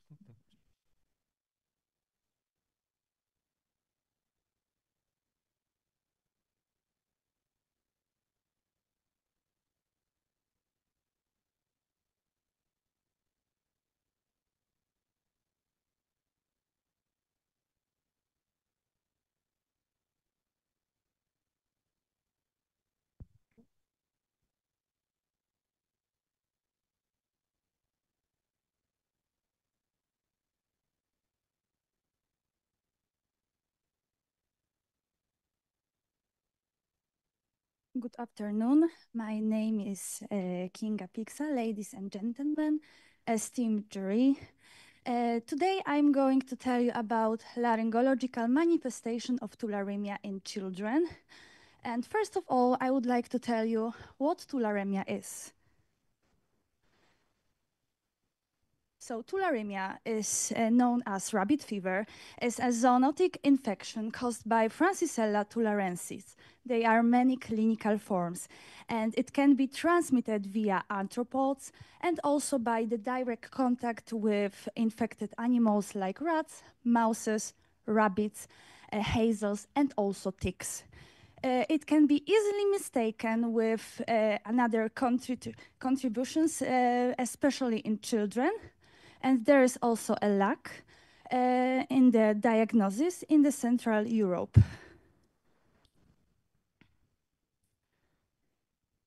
In this context, I would like to tell you about the guidelines of the World Health Organization on the tularemia. I would like to note that there is these guidelines were published in 2007, and we for the treatment to the children, we use aminoglycosides and also ciprofloxacin, and the treatment must last at least 10 days. However, 2022 publications advocate that 14 to 21 days of the treatment need to be included, and also they note that doxycycline's use is very important and is not mentioned in these guidelines. In the light of this observation, I would like to tell you about the goal of our study. So we would like to integrate and upgrade the knowledge of tularemia with a focus of otolaryngological context and the effective treatment of this disease. Let's move on to the methodology. We using PICOS framework, and we resign our population as children aged under 18 years old with tularemia. And we focus on intervention and related to otolaryngological symptoms. Then we compared our cases for differential diagnosis, and we get also the effective treatment. We also conducted a systematical review of the PubMed database following the PRISMA guidelines. And we obtained 179 eligible studies. And after removing any duplicates and another inclusion criteria, we obtained 12 articles in the final analysis. Let's move to the results. We divided into 3 groups our results. Each of them have another variant of tularemia: oropharyngeal, ulcerative glandular, and middle ear tularemia.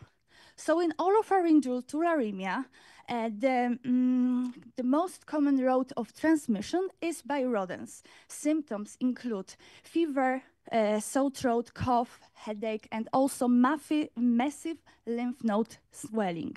And the most effective treatment of the oropharyngeal tularemia is using doxycycline and aminoglycosides. For instance, take a look at a figure on the right side. You can see the little boy with the lymph node enlargement. And take a look now at the figure on the left side. You can see this patient MRI scan. And in the center of the MRI scan, you can see the parapharyngeal abscess. However, here we have only the lymph node enlargement, probably non-painful. Then we go to the second group. We have now ulcerative glandular tularemia. The most common route of transmission is by ticks. And also the most recognizable symptoms are drowsiness, enlargement of the lymph nodes. We have also the painful or non-painful neck mass, and we have also the ulcers on the head. Take a look at the picture of the left side. At the figure of the A, we can see the ulceration covered by the scalp after a tick bite. And at the figure B, we can see a lymph node enlargement also after a tick bite. For instance, we have also both pictures showing ulceration covered by the scalp, but first picture shows shows an ulceration and a scalp after 10 days of the tick bite, and there is after 12 days. Here we have the illustration which demonstrating the process of ulceration development on the toddler's head. And the last one result, we have middle ear tularemia. It is transmitted by mosquitoes, and the main symptoms are fever, nausea, and otitis external. And the most effective treatment of this is using fluoroquinolones. Now move to the conclusions. The most common symptoms are also fever, sore throat, lymphadenopathy, and skin lesions. And the most effective antibiotic therapy is using aminoglycosides and also fluoroquinolones. There we have the references. And after that, thank you for your attention. If you have any question, I will answer that. Thank you very much for your presentation. Do we have any questions? Yes, yes. Just I heard that. yeah, only contribution. My contribution. Yeah, okay, yes. contribution to the. So I prepared I wrote the introduction of our article, also the discussion. I also helped with doing the methodology, and after that I created the presentation and standing here to present that. And Dr. Miszczek, please. Yes, thank you. I'm not sure if it's a question, it's more of a comment, but it was a more or less systematic search followed by something which was not a systematic review. The systematic search, and when you presented your findings in a way which you would present it, for example, on a class in a med school. So I failed to find the systematic review part. And if you can tell me. Yes, I did. Yes. As you showed some previous presentations, a systematic review, it's a theoretically unbiased way of summarizing data. And what you did is you found some studies, and then you picked some images and you showed them to us. So we use QAT QS and we look at the evaluate our articles, and the risk of the bias is... No, that's not my question. Systematic review is a work that has a hypothesis, addresses a question. In one of the previous works, the question was, for example, are there ways to assess what's the risk recurrence in a minimally residual disease in hepatocellular cancer. We had a study looking at what is the effectiveness of factor 9 anticoagulants compared to other interventions in various diseases. I didn't see the question. I actually didn't see the question in your work. Oh, okay. So you just like looked at, was there a question that I missed perhaps? A hypothesis. What was there a hypothesis? I thought that was the question about the bias. So if you can repeat it. Yeah, again, I am looking for the hypothesis. What was the question that you were trying to answer with your work? I think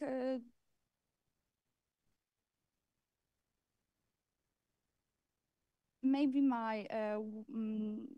that will be the next thing to think about that in another my article. So okay, so the hypothesis will come in another study. Okay, thank you. Thank you very much. Thank you very much for presentation and for discussion.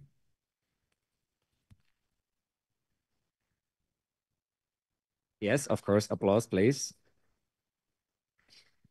And for now, it's an information for the jury that is stationary in here, that the presentation number 10, the effects of GHHT on gender incongruence and body dissatisfaction in transgender adults, a systematic review, won't be presented today.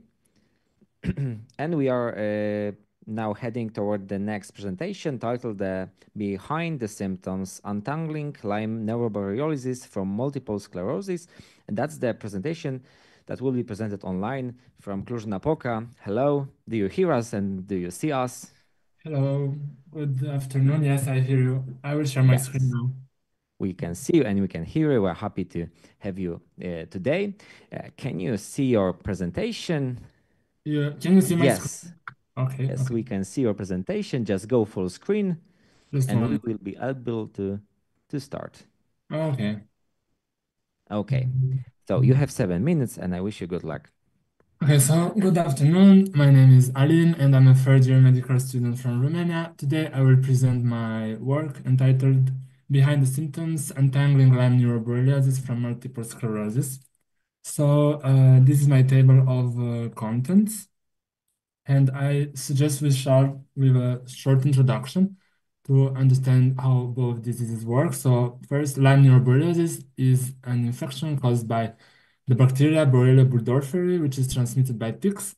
So it will have early symptoms such as neck stiffness, light sensitivity, facial nerve palsy, pain, numbness, but also late symptoms such as memory problems, difficulty concentrating, and weakness. And what I want you to keep in mind is that we will also find antibodies specific to this infection. When it comes to multiple sclerosis, it's an autoimmune disease which causes the disruption of the nerve signal.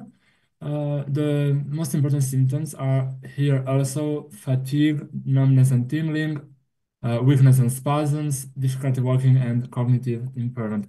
So I suppose you can already see that there is a sort of overlap between the clinical presentations of both diseases, and actually that's where the idea of the review started. So we observed that there are more and more patients who come with this overlapping clinical manifestations, and also with the positive result of the antibody. So when you are in front of such a case, you ought to ask yourself what diagnosis you could take into account. So usually we start by thinking that maybe it's a multiple sclerosis with antibodies, anti-Borrelia, and that's why we have to consider if the antibodies are true positive or false positive. If they are true positive, maybe it's multiple sclerosis associated with Lyme neuroborreliosis, so both diseases, or it's Lyme neuroborreliosis mimicking multiple sclerosis. And if the antibodies are false positive, we will think about multiple sclerosis mimicking Lyme neuroborreliosis. But the question is, how can we establish when these antibodies are true positive or false positive? And actually, that's the question and the aim of my review.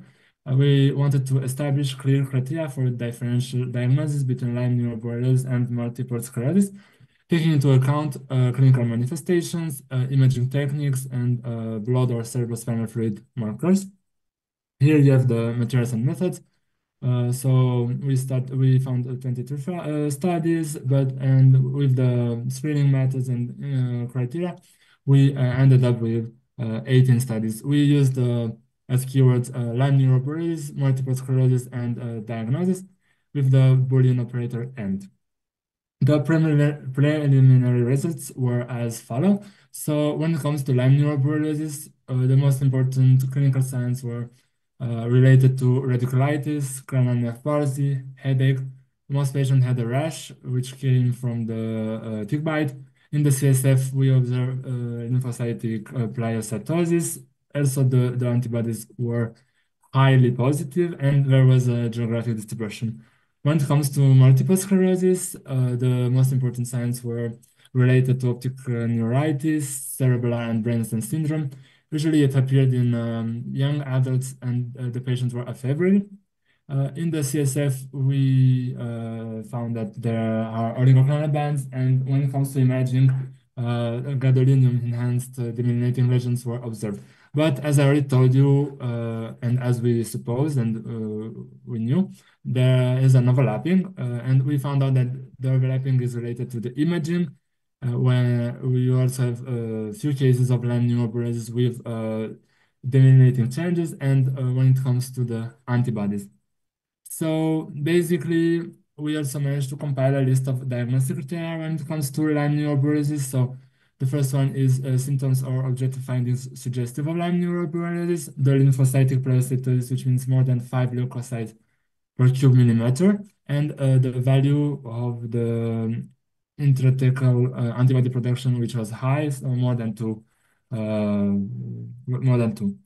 But the discussions came in the fact that why the antibodies can also be positive for multiple sclerosis. And these are the reasons we found. So serum IgM antibodies are helpful just during the first weeks of the disease. When it comes to intrathecal, which is more specific, it is absent during the first 6 weeks post-infection, and it even persists even after the bacteria disappeared. So that's why we have cases which are false positive. So as a first conclusion, I could say when we have positive or borderline antibody result and unclear symptoms, as I told you at the beginning, we ought to make the differential diagnosis investigation, especially due to the fact that the diagnostic workup are the laboratory diagnostic workup are non-standardized.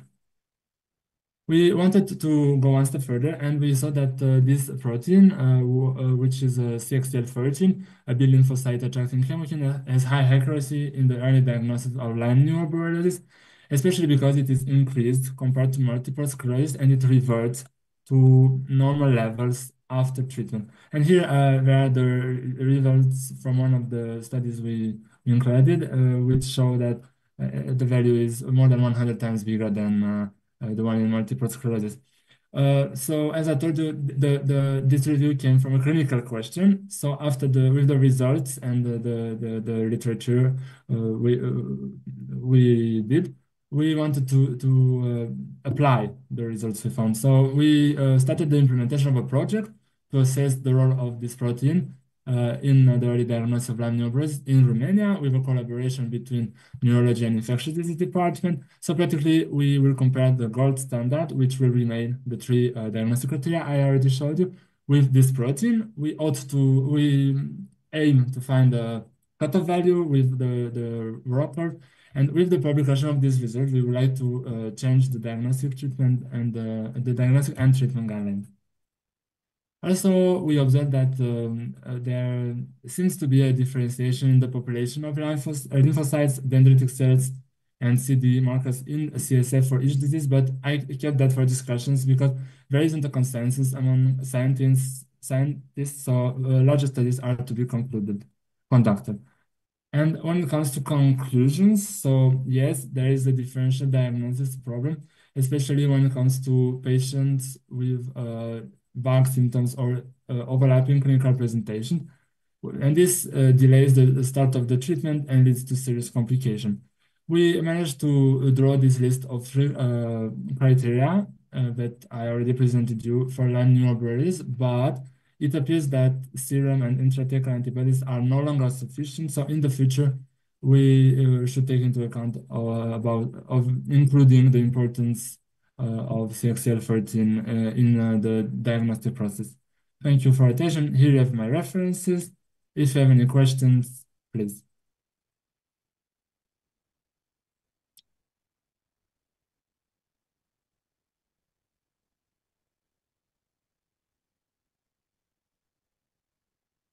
Thank you very much, Aline, for your presentation. If you could tell us about your contribution to the work, please.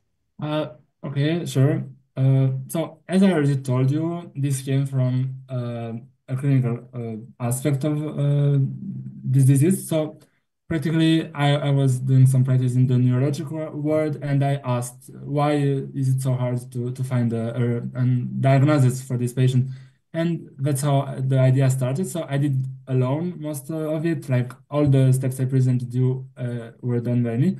Of course, the work was supervised by my tutor, who mainly explained if I had questions and checked if I respected the methodology and if the information I included were correct and corresponding to his experience. But everything was done by me. Thank you.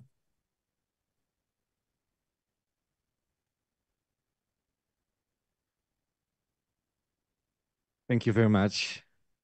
Do we still have a question from Dr. Miszczyk? Yes? Sure. A quick comment, maybe not a question. It's the same case as previous presentation. Thank you for a nice presentation. However, it's in terms of systematic review, this was not a systematic review. It was more of a presentation, so something you would prepare for a med school seminar. Okay. Thank you for your... I expected this observation, and I have to say that I kind of agree with you. But like, what I have to say is that the literature we found was really diverse. So we couldn't really draw a list of bias of things like that. Like there were 18 articles included, and some were treating the clinical presentation, some were treating the serological one, and so in the end we had just to draw a list of the things we found and compiling all the results. So yes, I expected this observation. Sure, but as a listener, at this point, I do not know how many patients were in each of the studies, if they were prospective, randomized, non-randomized, or otherwise comparative. I don't know what was the method of the assessment of that biomarker. Well, this is what makes a review systematic, right? Yes. Thank you. Okay. Thank you very much. So thank you very much for your presentation and for the discussion. And we are continuing with the next presentation titled, of course, applause, please applause. Yes, of course. Thank you very much. So now next presentation titled How does the hydroxyapatite filter influence the properties of dental restorative resin-based composite materials? Do we have the author of this presentation with us?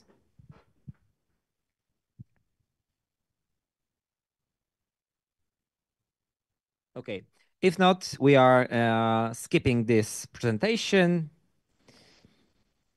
So information for the jury is that you don't grade that presentation.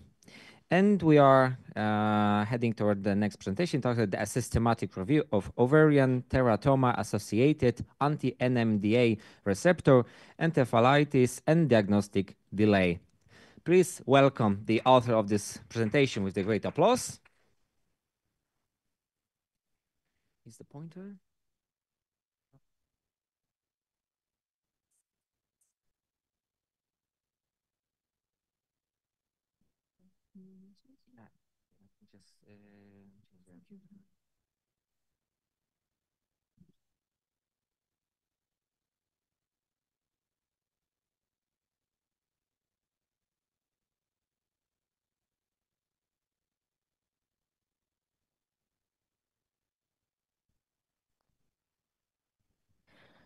Okay, imagine if a young woman goes to the ER for hallucination and panic, and she was told that it's just psychiatric, but days later she finds herself in a coma. So what really happened? Well, her immune system was attacking her brain, and this was triggered by a hidden teratoma in the ovary. So, welcome everyone. My name is Kauthar. I'm a first-year medical student in Silesia, and this work was done with my supervisor, Professor Malvina Botor, and I will be presenting a systematic review of ovarian teratoma-associated anti-NMDA receptor encephalitis and diagnostic delay. Next slide, please. So, what is anti-NMDA receptor? So, it is a rare autoimmune encephalitis. So, it's a rare condition where mostly affecting young women. And so what happened exactly? So antibodies target the GLU-N1 subunit of NMDA receptors in the brain. And the symptoms can be psychosis, seizures, catatonia, memory loss, and autonomic instability. And it's often misdiagnosed as schizophrenia, bipolar disorder, or drug-induced psychosis. Next slide, please. Yeah, so here comes the misdiagnosis. So 68% of the cases were, as we said, misdiagnosed with psychiatric illnesses. And this caused a diagnostic delay, which leads to worse outcomes. So the average delay to the diagnosis was 27.4 days. So we can say 28 days. And the next slide, please. Yeah, so who is at risk? So this condition mostly affects women from the age of 12 to 45 years. It's slightly more common in East Asian Hispanic groups. Also, more specifically, the cause is often an ovarian teratoma. Teratoma means a benign tumor in the ovary, which can contain nervous tissue that triggers the immune system. So, most of this condition is like a common cause in its category. It's one of the most common cause in its category for the encephalitis, for the autoimmune encephalitis. Next slide, please. So what is our aim? So I performed this systematic review to understand how long diagnosis usually takes, how often patients are misdiagnosed, what treatments are used, and how early diagnosis affects recovery. Next slide, please. So for the methods, this was a PRASMA compliant review. We searched in Medline database via PubMed. So Medline is the database, not PubMed. We used Scopus and Web of Science, and these studies were conducted from 2008 to 2024. It's pretty new. We included studies on female patients with both ovarian teratoma and anti-NMDA receptor encephalitis. The risk of bias was assessed using GBI tools. Next slide, please. So, from all search results, I included 48 studies with data from 102 patients. The studies were not clinical trials. They were case reports and small case studies. And just a note for PRISMA, PRISMA is not a quality assessment tool, but a reporting guidelines. Next slide, please. So the diagnostic tools that they are used, neuroimaging, EEG, CSF testing, and tumor detection. That's usually how it starts the diagnosis, but there is a lack of interdisciplinary awareness, so that's why, like I said, it's misdiagnosed as just a psychological or psychiatric, and they don't relate it to an issue in the ovaries.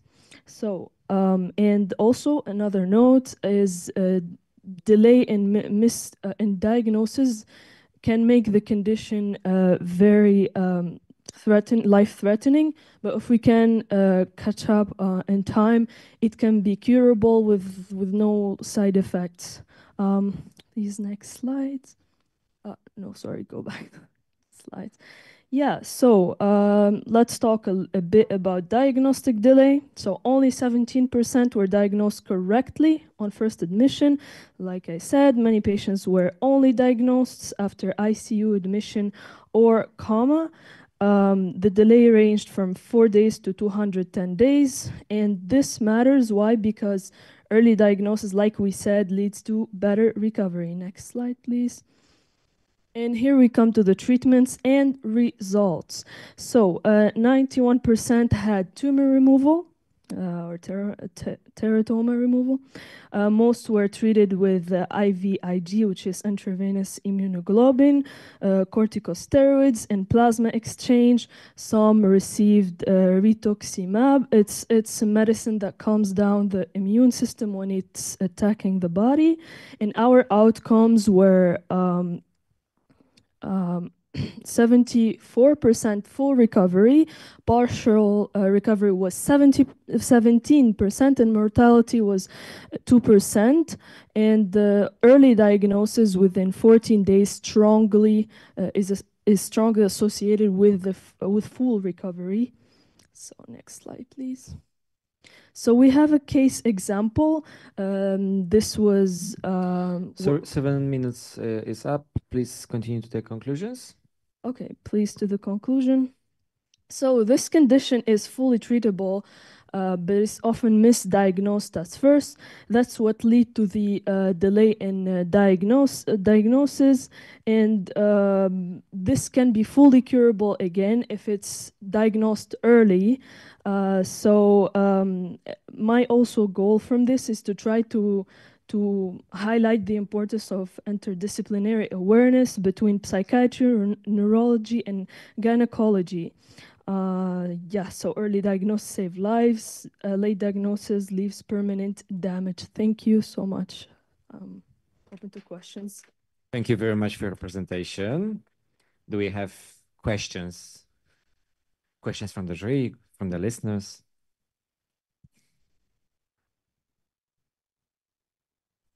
I can take one question. There are no other questions.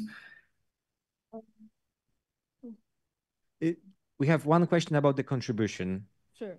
So I was the only author, and thank you, Dr. Martin, for saying that it should be more than 2 authors, but I was supervised by my professor, So she reviewed it, and yeah, but I am the only author for this. So I did the research, of course, the presentation, and here I am presenting. So you're welcome. Thank you for the anticipation of my comment. Yes, that will be, in fact, a minor thing we can leave out for now. But as for any systematic search, especially if you say things like Prisma compliant, well, surely then you also report the number of people screening. Nevertheless, I was actually curious if, based on the talks we already had today, you would also catch up something about reporting the results that you maybe should or would next time do differently. If you said that 85% were cured, you were referring to? To the group, which is young women that are. You were referring to probably an average, right? So you took the numbers from all of the studies, you added them together, and you made an average, right? No. They assume it correctly. So how did you do it? Let us know, because that's actually interesting. No, so there were studies that included even men that have an NMDA, anti-NMDA receptor, like linked with encephalitis. But for example, that group was 500 people, and in this like systematic review, we only included 102 people that have both conditions, anti-NMDA, receptors linked to encephalitis, and the ovary teratoma in the ovary. So I read like broad research, not broad, but okay, let me stop you. I get it. You had approximately 100 female patients with NMDA encephalitis due to ovarian teratoma. Now, that 100 patients came from 1 or from 10 studies? Sorry, came from, you said? 1 or more studies. So they came from more studies. More studies. So you presented to us a number that corresponded to a number of patients that can be treated, right? You said approximately 85% of those patients 74, are. yeah. Okay. Yeah. How did you come up with that number? That's my question. Well, it's, yeah, I mean that was like, so there were case studies, and because this is worldwide, is not limited to a continent or a country, but how did you come up with that number? It was from one study, actually, not. Okay, but okay, I have. Yes, I see. Yeah. And what would be a bias that you would anticipate looking at case reports of patients who were successfully treated for NMDA-related encephalitis due to ovarian teratoma? Bias, maybe the diagnostic tools in each country, it's not as I mean, it's not easily accessible to diagnose such mental illnesses worldwide. So this can maybe create, like, not everyone that has like hallucinations or stuff goes to the hospital for that. It's not a worldwide Okay. I'm alluding to the fact that if you never successfully diagnose it, you are never publishing the case report. Moreover, if you do it horribly bad, you probably also don't want to share it. For all such rare diseases, there's a publication bias toward centers and case series that did exceptionally well. Therefore, we have to expect that the real effect that we would have if we had a cohort study, which I understand was not there, should be. Yes, so if we had a cohort, we would probably have much worse outcomes. Those outcomes that are bad are never getting published. And those patients that are never diagnosed, well, they are never diagnosed. We never know about it. Oh, sure. Thank you. Sure. Thanks. Thank you very much for your presentation and for the discussion. Applause, please. Yes. And I have the next presentation on my list titled The Comparison of Radiological Imaging Methods in Diagnosis of Pulmonary Embolism. Do we have the authors of this work with us? I'm on the Zoom meeting, actually. Yes, we can hear you, but we can't see you. Yes, we can see you now. Hello, do you see us? Do you hear us? Yes, I do. Yes, so yes, we can now see your screen, your presentation, and I think everything is good. You can go, you have 7 minutes, and I wish you good luck. Thank you. Dear sirs, dear jury members, I'd like to present my and Magdalena Pustkowska's and Bartosz Wiewiórka's study, comparison of radiological imaging methods in diagnosis of pulmonary embolism. And we are from Medical University of Lublin. And to start with the basics, pulmonary embolism is a pathological condition involving occlusion or narrowing of the pulmonary artery or its branches caused by embolic material, most commonly a blood clot.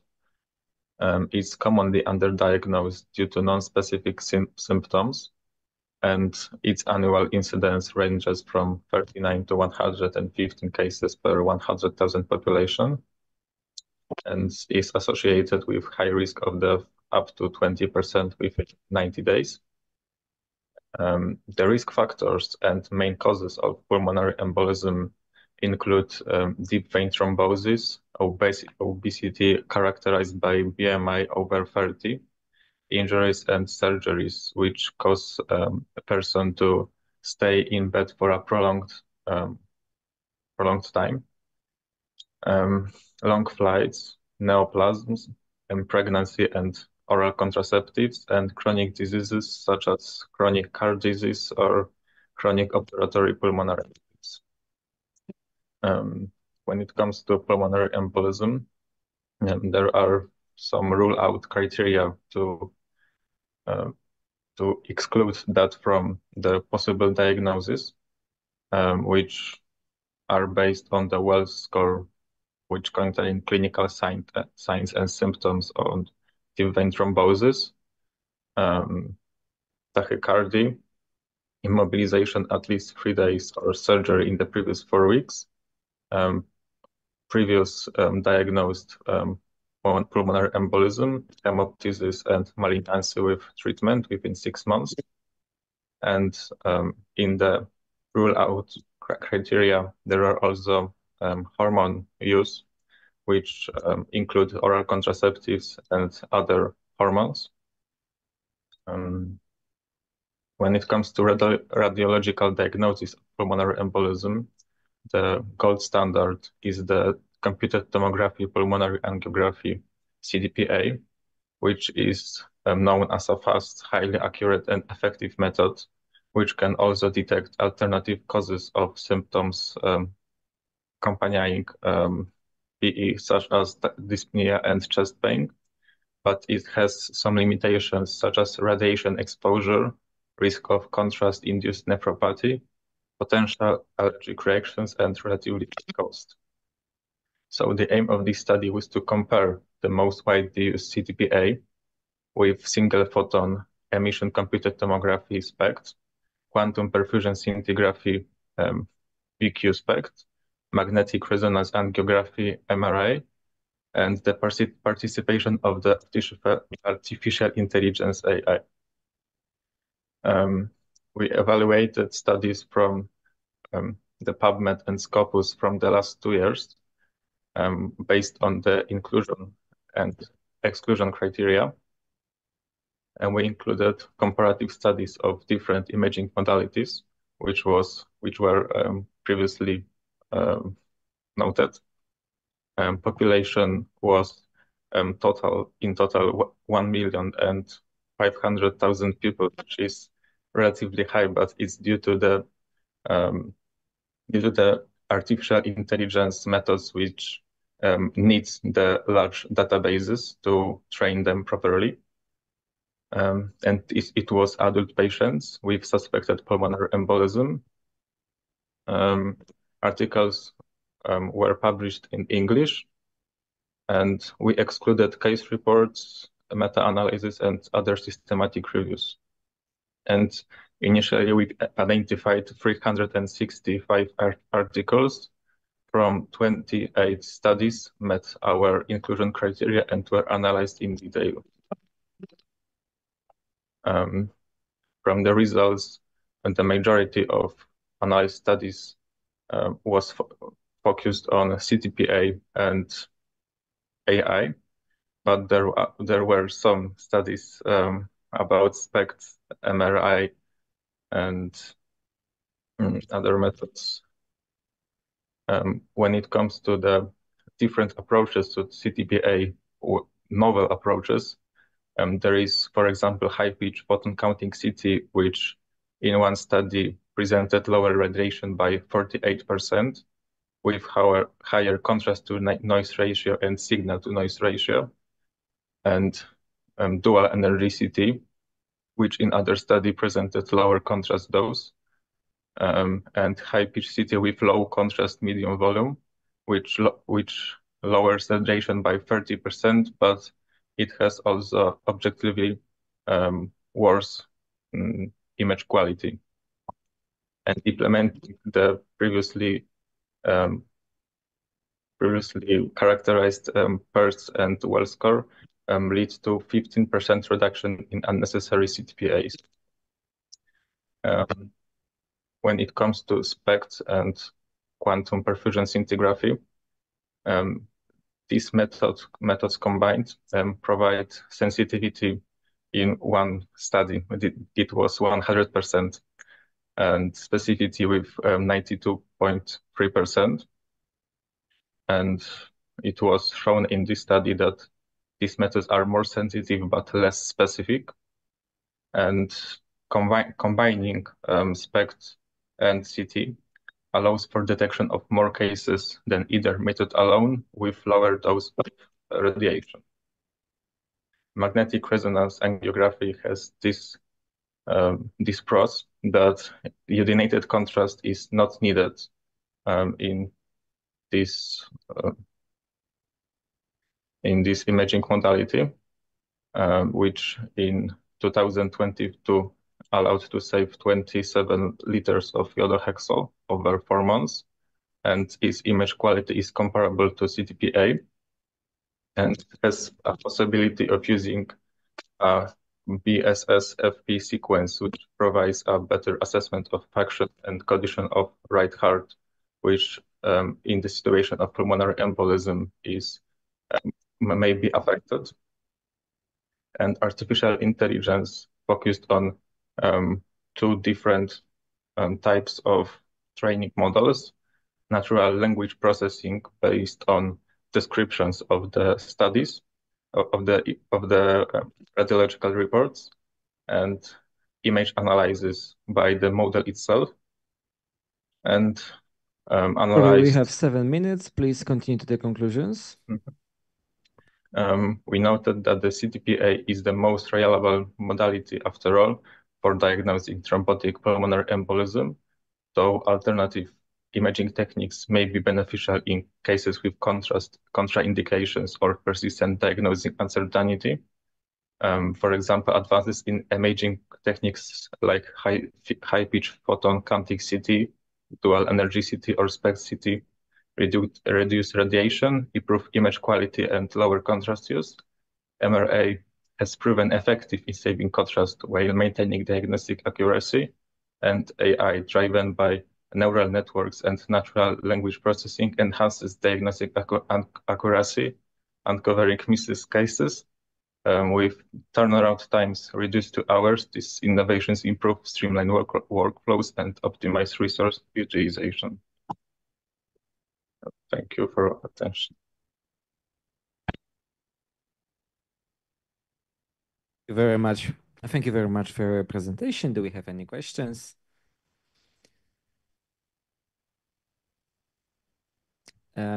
If not, I have a question about your contribution. I see that Dr. Miszczyk has a question. But please, Jakub, say in a few words what was your contribution to this research. I searched through the mentioned databases and assessed the studies based on the keywords and inclusion criteria I mentioned before, and after this, we in our group analyzed these studies and excluded duplicates and studies that were not relevant to our topic. And after this all, we analyzed them to find the conclusions and results which may be beneficial in some way.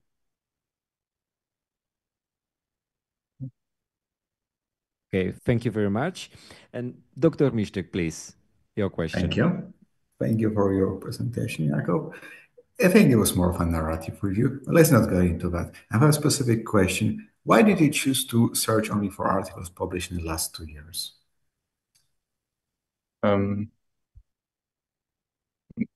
Because in the last 2 years they were the most articles published in this topic on the search databases.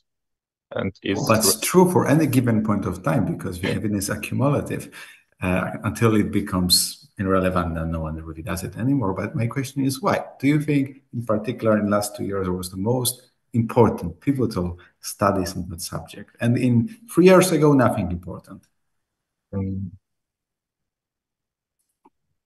Well, in terms of AI, it may be true, but in other methods, we could expand that period of time.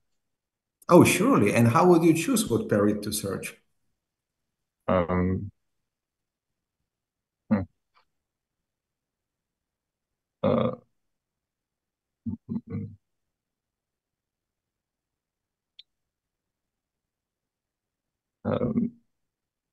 We would... Right? It's a bit problematic right now.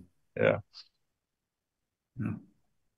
I know. General rule is if there is a good time point, for example, if we're doing a systematic search about drug is called X, and the first trial in humans of a drug was in 2019, then we can say we're going to look from 2019 because we know that was the first time point at which any evidence of that drug was published. But if you're looking at CT, that has been around for more than 2 years.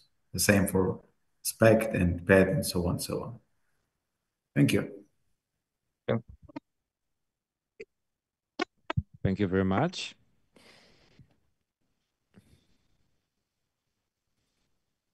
Thank you very much, Jakub, for your presentation, for the discussion. We had the 15th and one of the last presentation of today session titled The Music Therapy, Is it Effective in Reducing Symptoms of Alzheimer's Disease? A review paper.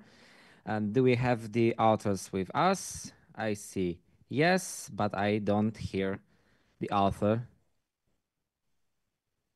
Do you see me and hear me now? Yes, now I can see you and I can hear you. You can now start. You have 7 minutes and I wish you good luck. Thank you. So today I will be presenting a review titled Music Therapy, Is it Effective in Reducing Symptoms of Alzheimer's Disease? So this presentation summarizes current research on the therapeutic use of music and managing Alzheimer's disease symptoms. Oh, I can't. Oh, okay. So Alzheimer's disease is the most common type of dementia. It causes a progressive decline in memory, thinking, and behavior. While pharmacological treatments exist, their effectiveness is limited and they often come with side effects. That's why researchers are increasingly exploring non-pharmacological methods like music therapy, which may help alleviate symptoms more safely and naturally.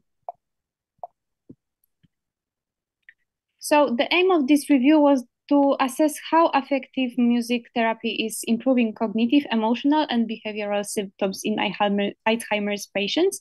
It also explored how music affects the brain and what role it might play in future treatment strategies. A systematic review was conducted using recent studies, mainly published after 2020, from database like PubMed. The review includes various types of research like meta-analyses, clinical trials, and observation studies. So music therapy methods include listening to music, singing, and playing instruments. Key outcomes were improvements in memory, mood, and behavior. There are too many forms, active and passive. Active music therapy includes singing, dancing, and instrument playing, while passive therapy involves simply listening to music. Examples include group music therapy, choral singing, and personalized playlists under programs like Music and Memory. The review found that music therapy can significantly improve memory, attention, and verbal fluency. This is due to music's ability to stimulate neuroplasticity and enhance blood flow to the brain. Interestingly, music memory often remains intact in Alzheimer's patients, even in advanced stages. So music also helps regulate emotions and behavior. It can reduce anxiety, depression, and agitation. It activates the brain's reward system, increasing dopamine and melatonin levels while lowering stress hormones like cortisol. Familiar music in particular can evoke autobiographical memories and improve mood. On a neurological level, music activates areas of the brain responsible for emotions, movement, and memory. It supports the creation of new neurons and synapses, partly through brain derived neurotrophic factor, sounds like via BDNF. It also influences pleasure-related chemicals like dopamine and endorphins, contributing to overall senses of well-being. So Alzheimer's causes significant brain atrophy, especially in the hippocampus and cortex. However, some auditory and motor areas remain relatively preserved. Music therapy can stimulate these areas and potentially slow down the progression of degeneration by strengthening neural pathways. To conclude, music therapy is safe, low cost, and enjoyable intervention for Alzheimer's patients. It improves quality of life by enhancing memory, emotional health, and social engagement. While more research is needed to be standardized treatment, the current evidence strongly supports it as used as complementary therapy. So here's my references, and thank you for your attention. Thank you very much for your presentation. Do we have any questions?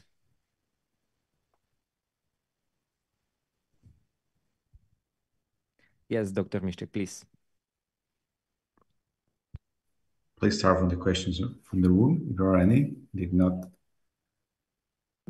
sorry, we do not have any questions, so go forward. Olivia, is your second presentation today, or am I wrong? No, it's my first. First. So maybe there was some other presentation from your mentor.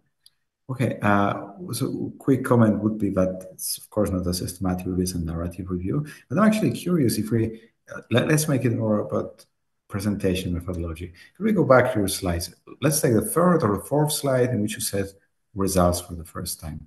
We'll quickly go back to the presentation. Okay. I don't see it right now.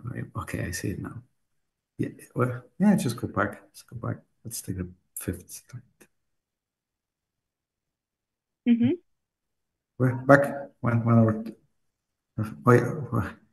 For example, can you make a logical connection between the graphics on your slide and their content? Yeah, they are quite nice to look at, but can you make a logical connection between the pictures and the text? I don't get it. Yes, usually we use pictures on slides to represent things that we are talking about, right?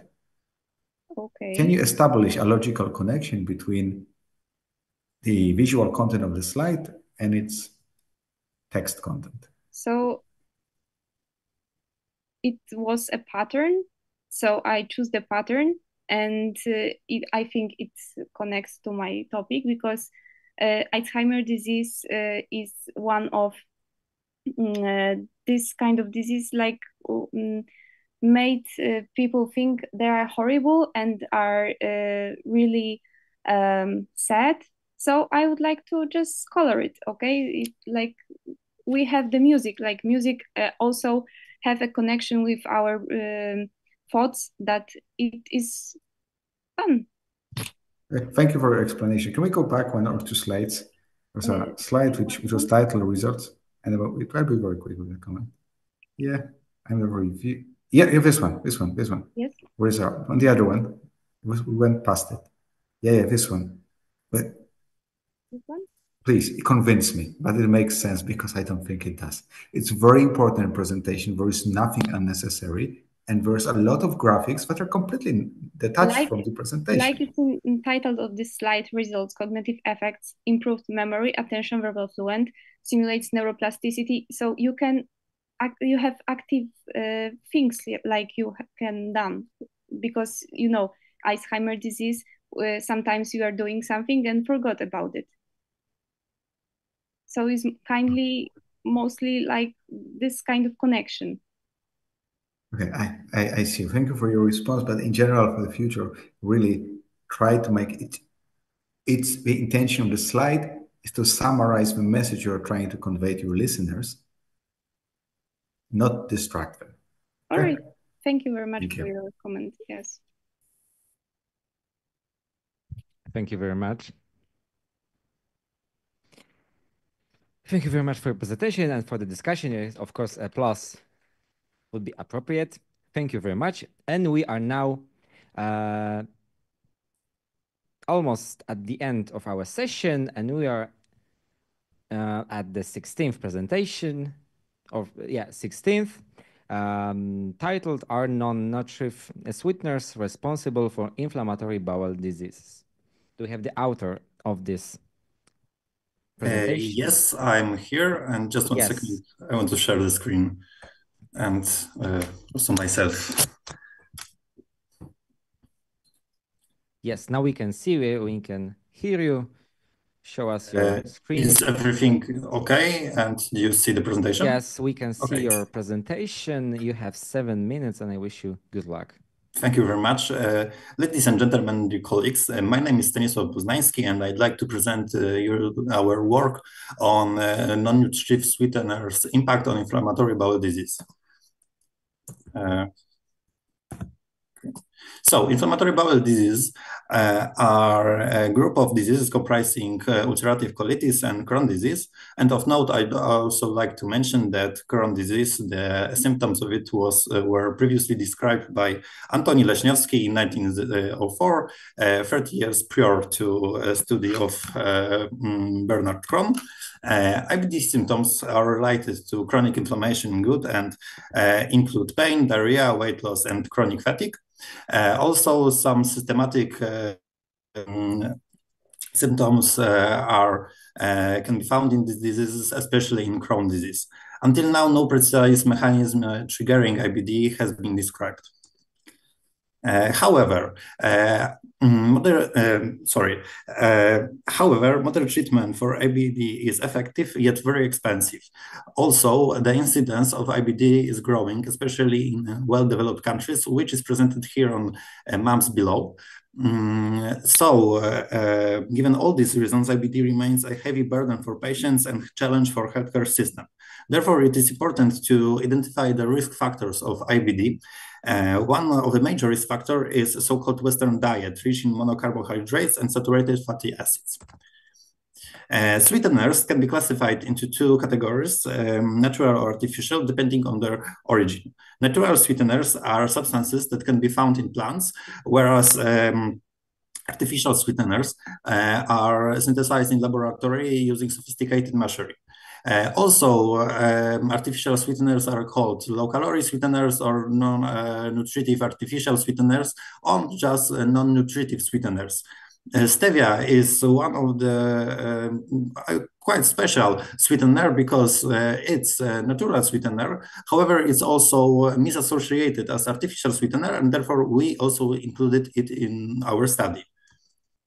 In 2012, Canadian surgeon Quinn published hypothesis that NNS may impact the good health and may contribute to IBD progressions. And in fact, since that, growing number of studies have suggested that IBD is not, that NNS are not inert to human physiology and metabolism. For instance, NNS are ligands of T1R2, T1R3 receptors, and therefore modulate intracellular signaling pathways. So our aim was to establish whether there is some mechanism that connects NNS consumption to the potential risk and progression of IBD. We performed systematic search of PubMed and Web of Science databases. We selected in vitro studies on commercial bacterial strains, bioreactor experiments, human colon cell cultures, and mammalian blood cell cultures, and in vivo studies, which included human microbiota analysis, healthy animal models, ulcerative colitis animal models, and ileitis animal models. The following terms were used to search the articles. And we selected 85 studies to this study. I don't have time to present all of the results. And on next slides, the figures show part of our results. Red letters indicate changes exaggerating IBD-like shifts in studies, whether green letters indicate changes that elevates this IBD-like phenotype. So NNS treatment in animal caused significant changes in microbiota structure. Sweeteners, generally sweeteners decrease alpha diversity, which is one of the key changes in IBD. However, they do not present a uniform pattern. For instance, sucralose decreases Streptococcus and Escherichia coli, but elevates abundance of Bilophila wadsworthia and Bacteroides fragilis. Akkermansia multifila, one of the bacteria associated with good homeostasis, is elevated by sucralose and aspartame, but decreased by saccharin and stevia. Conversely, Faecalibacterium prausnitzii, another beneficial bacteria, was decreased by sucralose, but elevated by stevia. In vitro, NNS presents rather supersoaring effects on immune cell cultures and their cytokine secretion.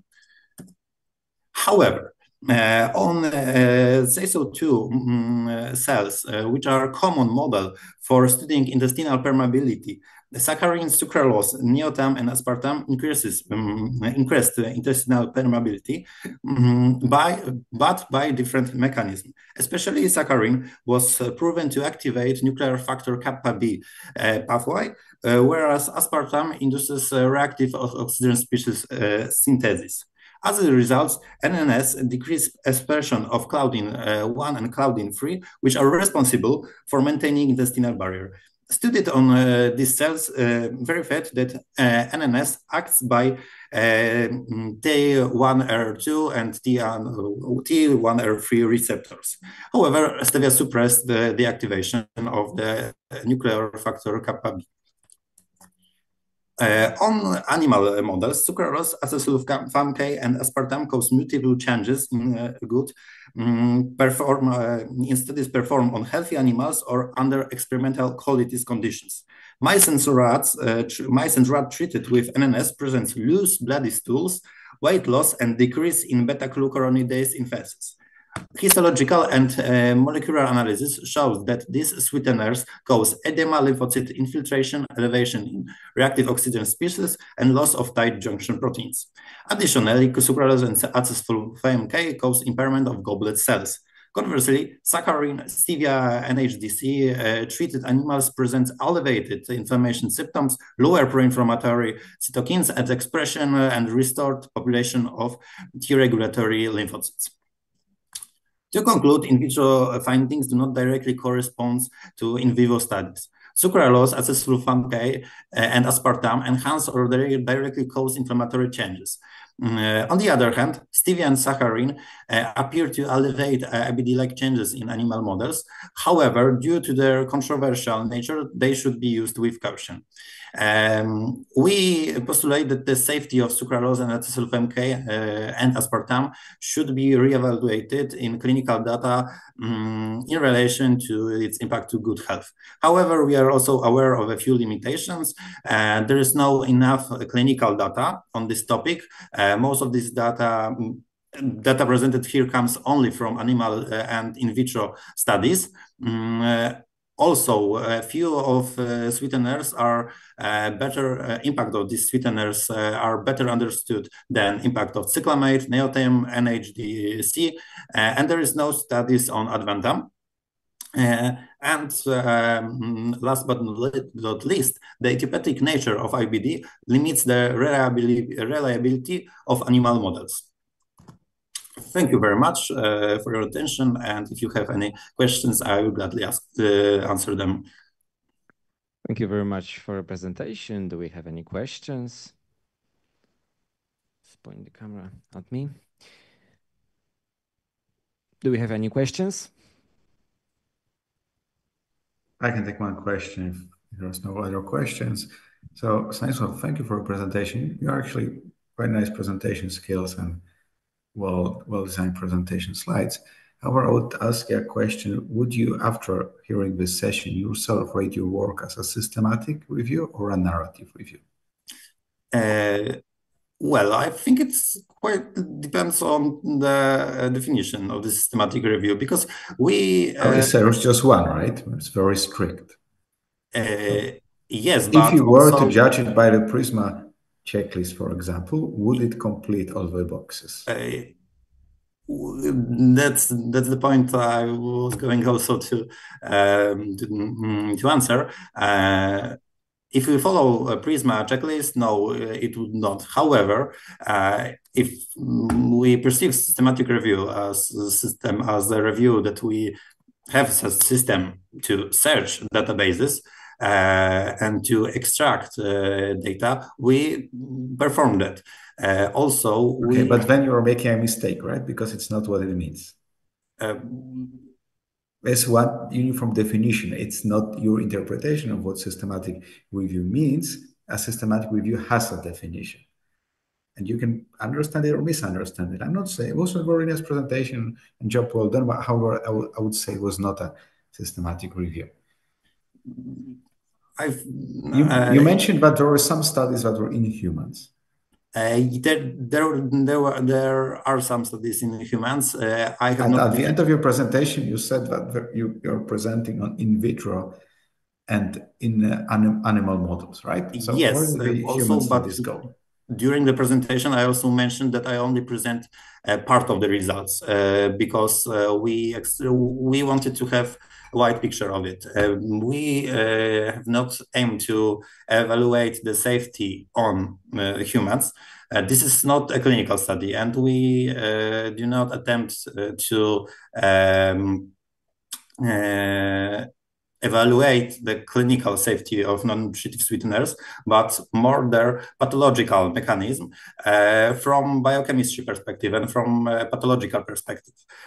We wanted to have a broad picture of that. So since that, we included in vitro models, animal studies, and human studies. And since there are lots of these studies, unfortunately, 7 minutes is too less time to show all of that. There are some human studies of this topic. However, there are only few of them, and they do not. Let me just interrupt you in a second. Okay, in that case, you should start by saying we made a research of preclinical studies instead of saying we made a research of clinical studies and then proceed to present it as if there were only preclinical results. Let's read your title. The title says, "Are non-nutritive sweeteners responsible for inflammatory bowel disease?" Is it a clinical or preclinical question? I presented also the... Is it a clinical or preclinical question? it can be preclinical questions because IBD, there are some models of IBD that are used in animal studies, and I also showed the effect of this of these models. There are no studies on human with IBD, whereas non-nutritive sweeteners exacerbate or elevate them. So we were limited to animal studies, and I showed animal studies that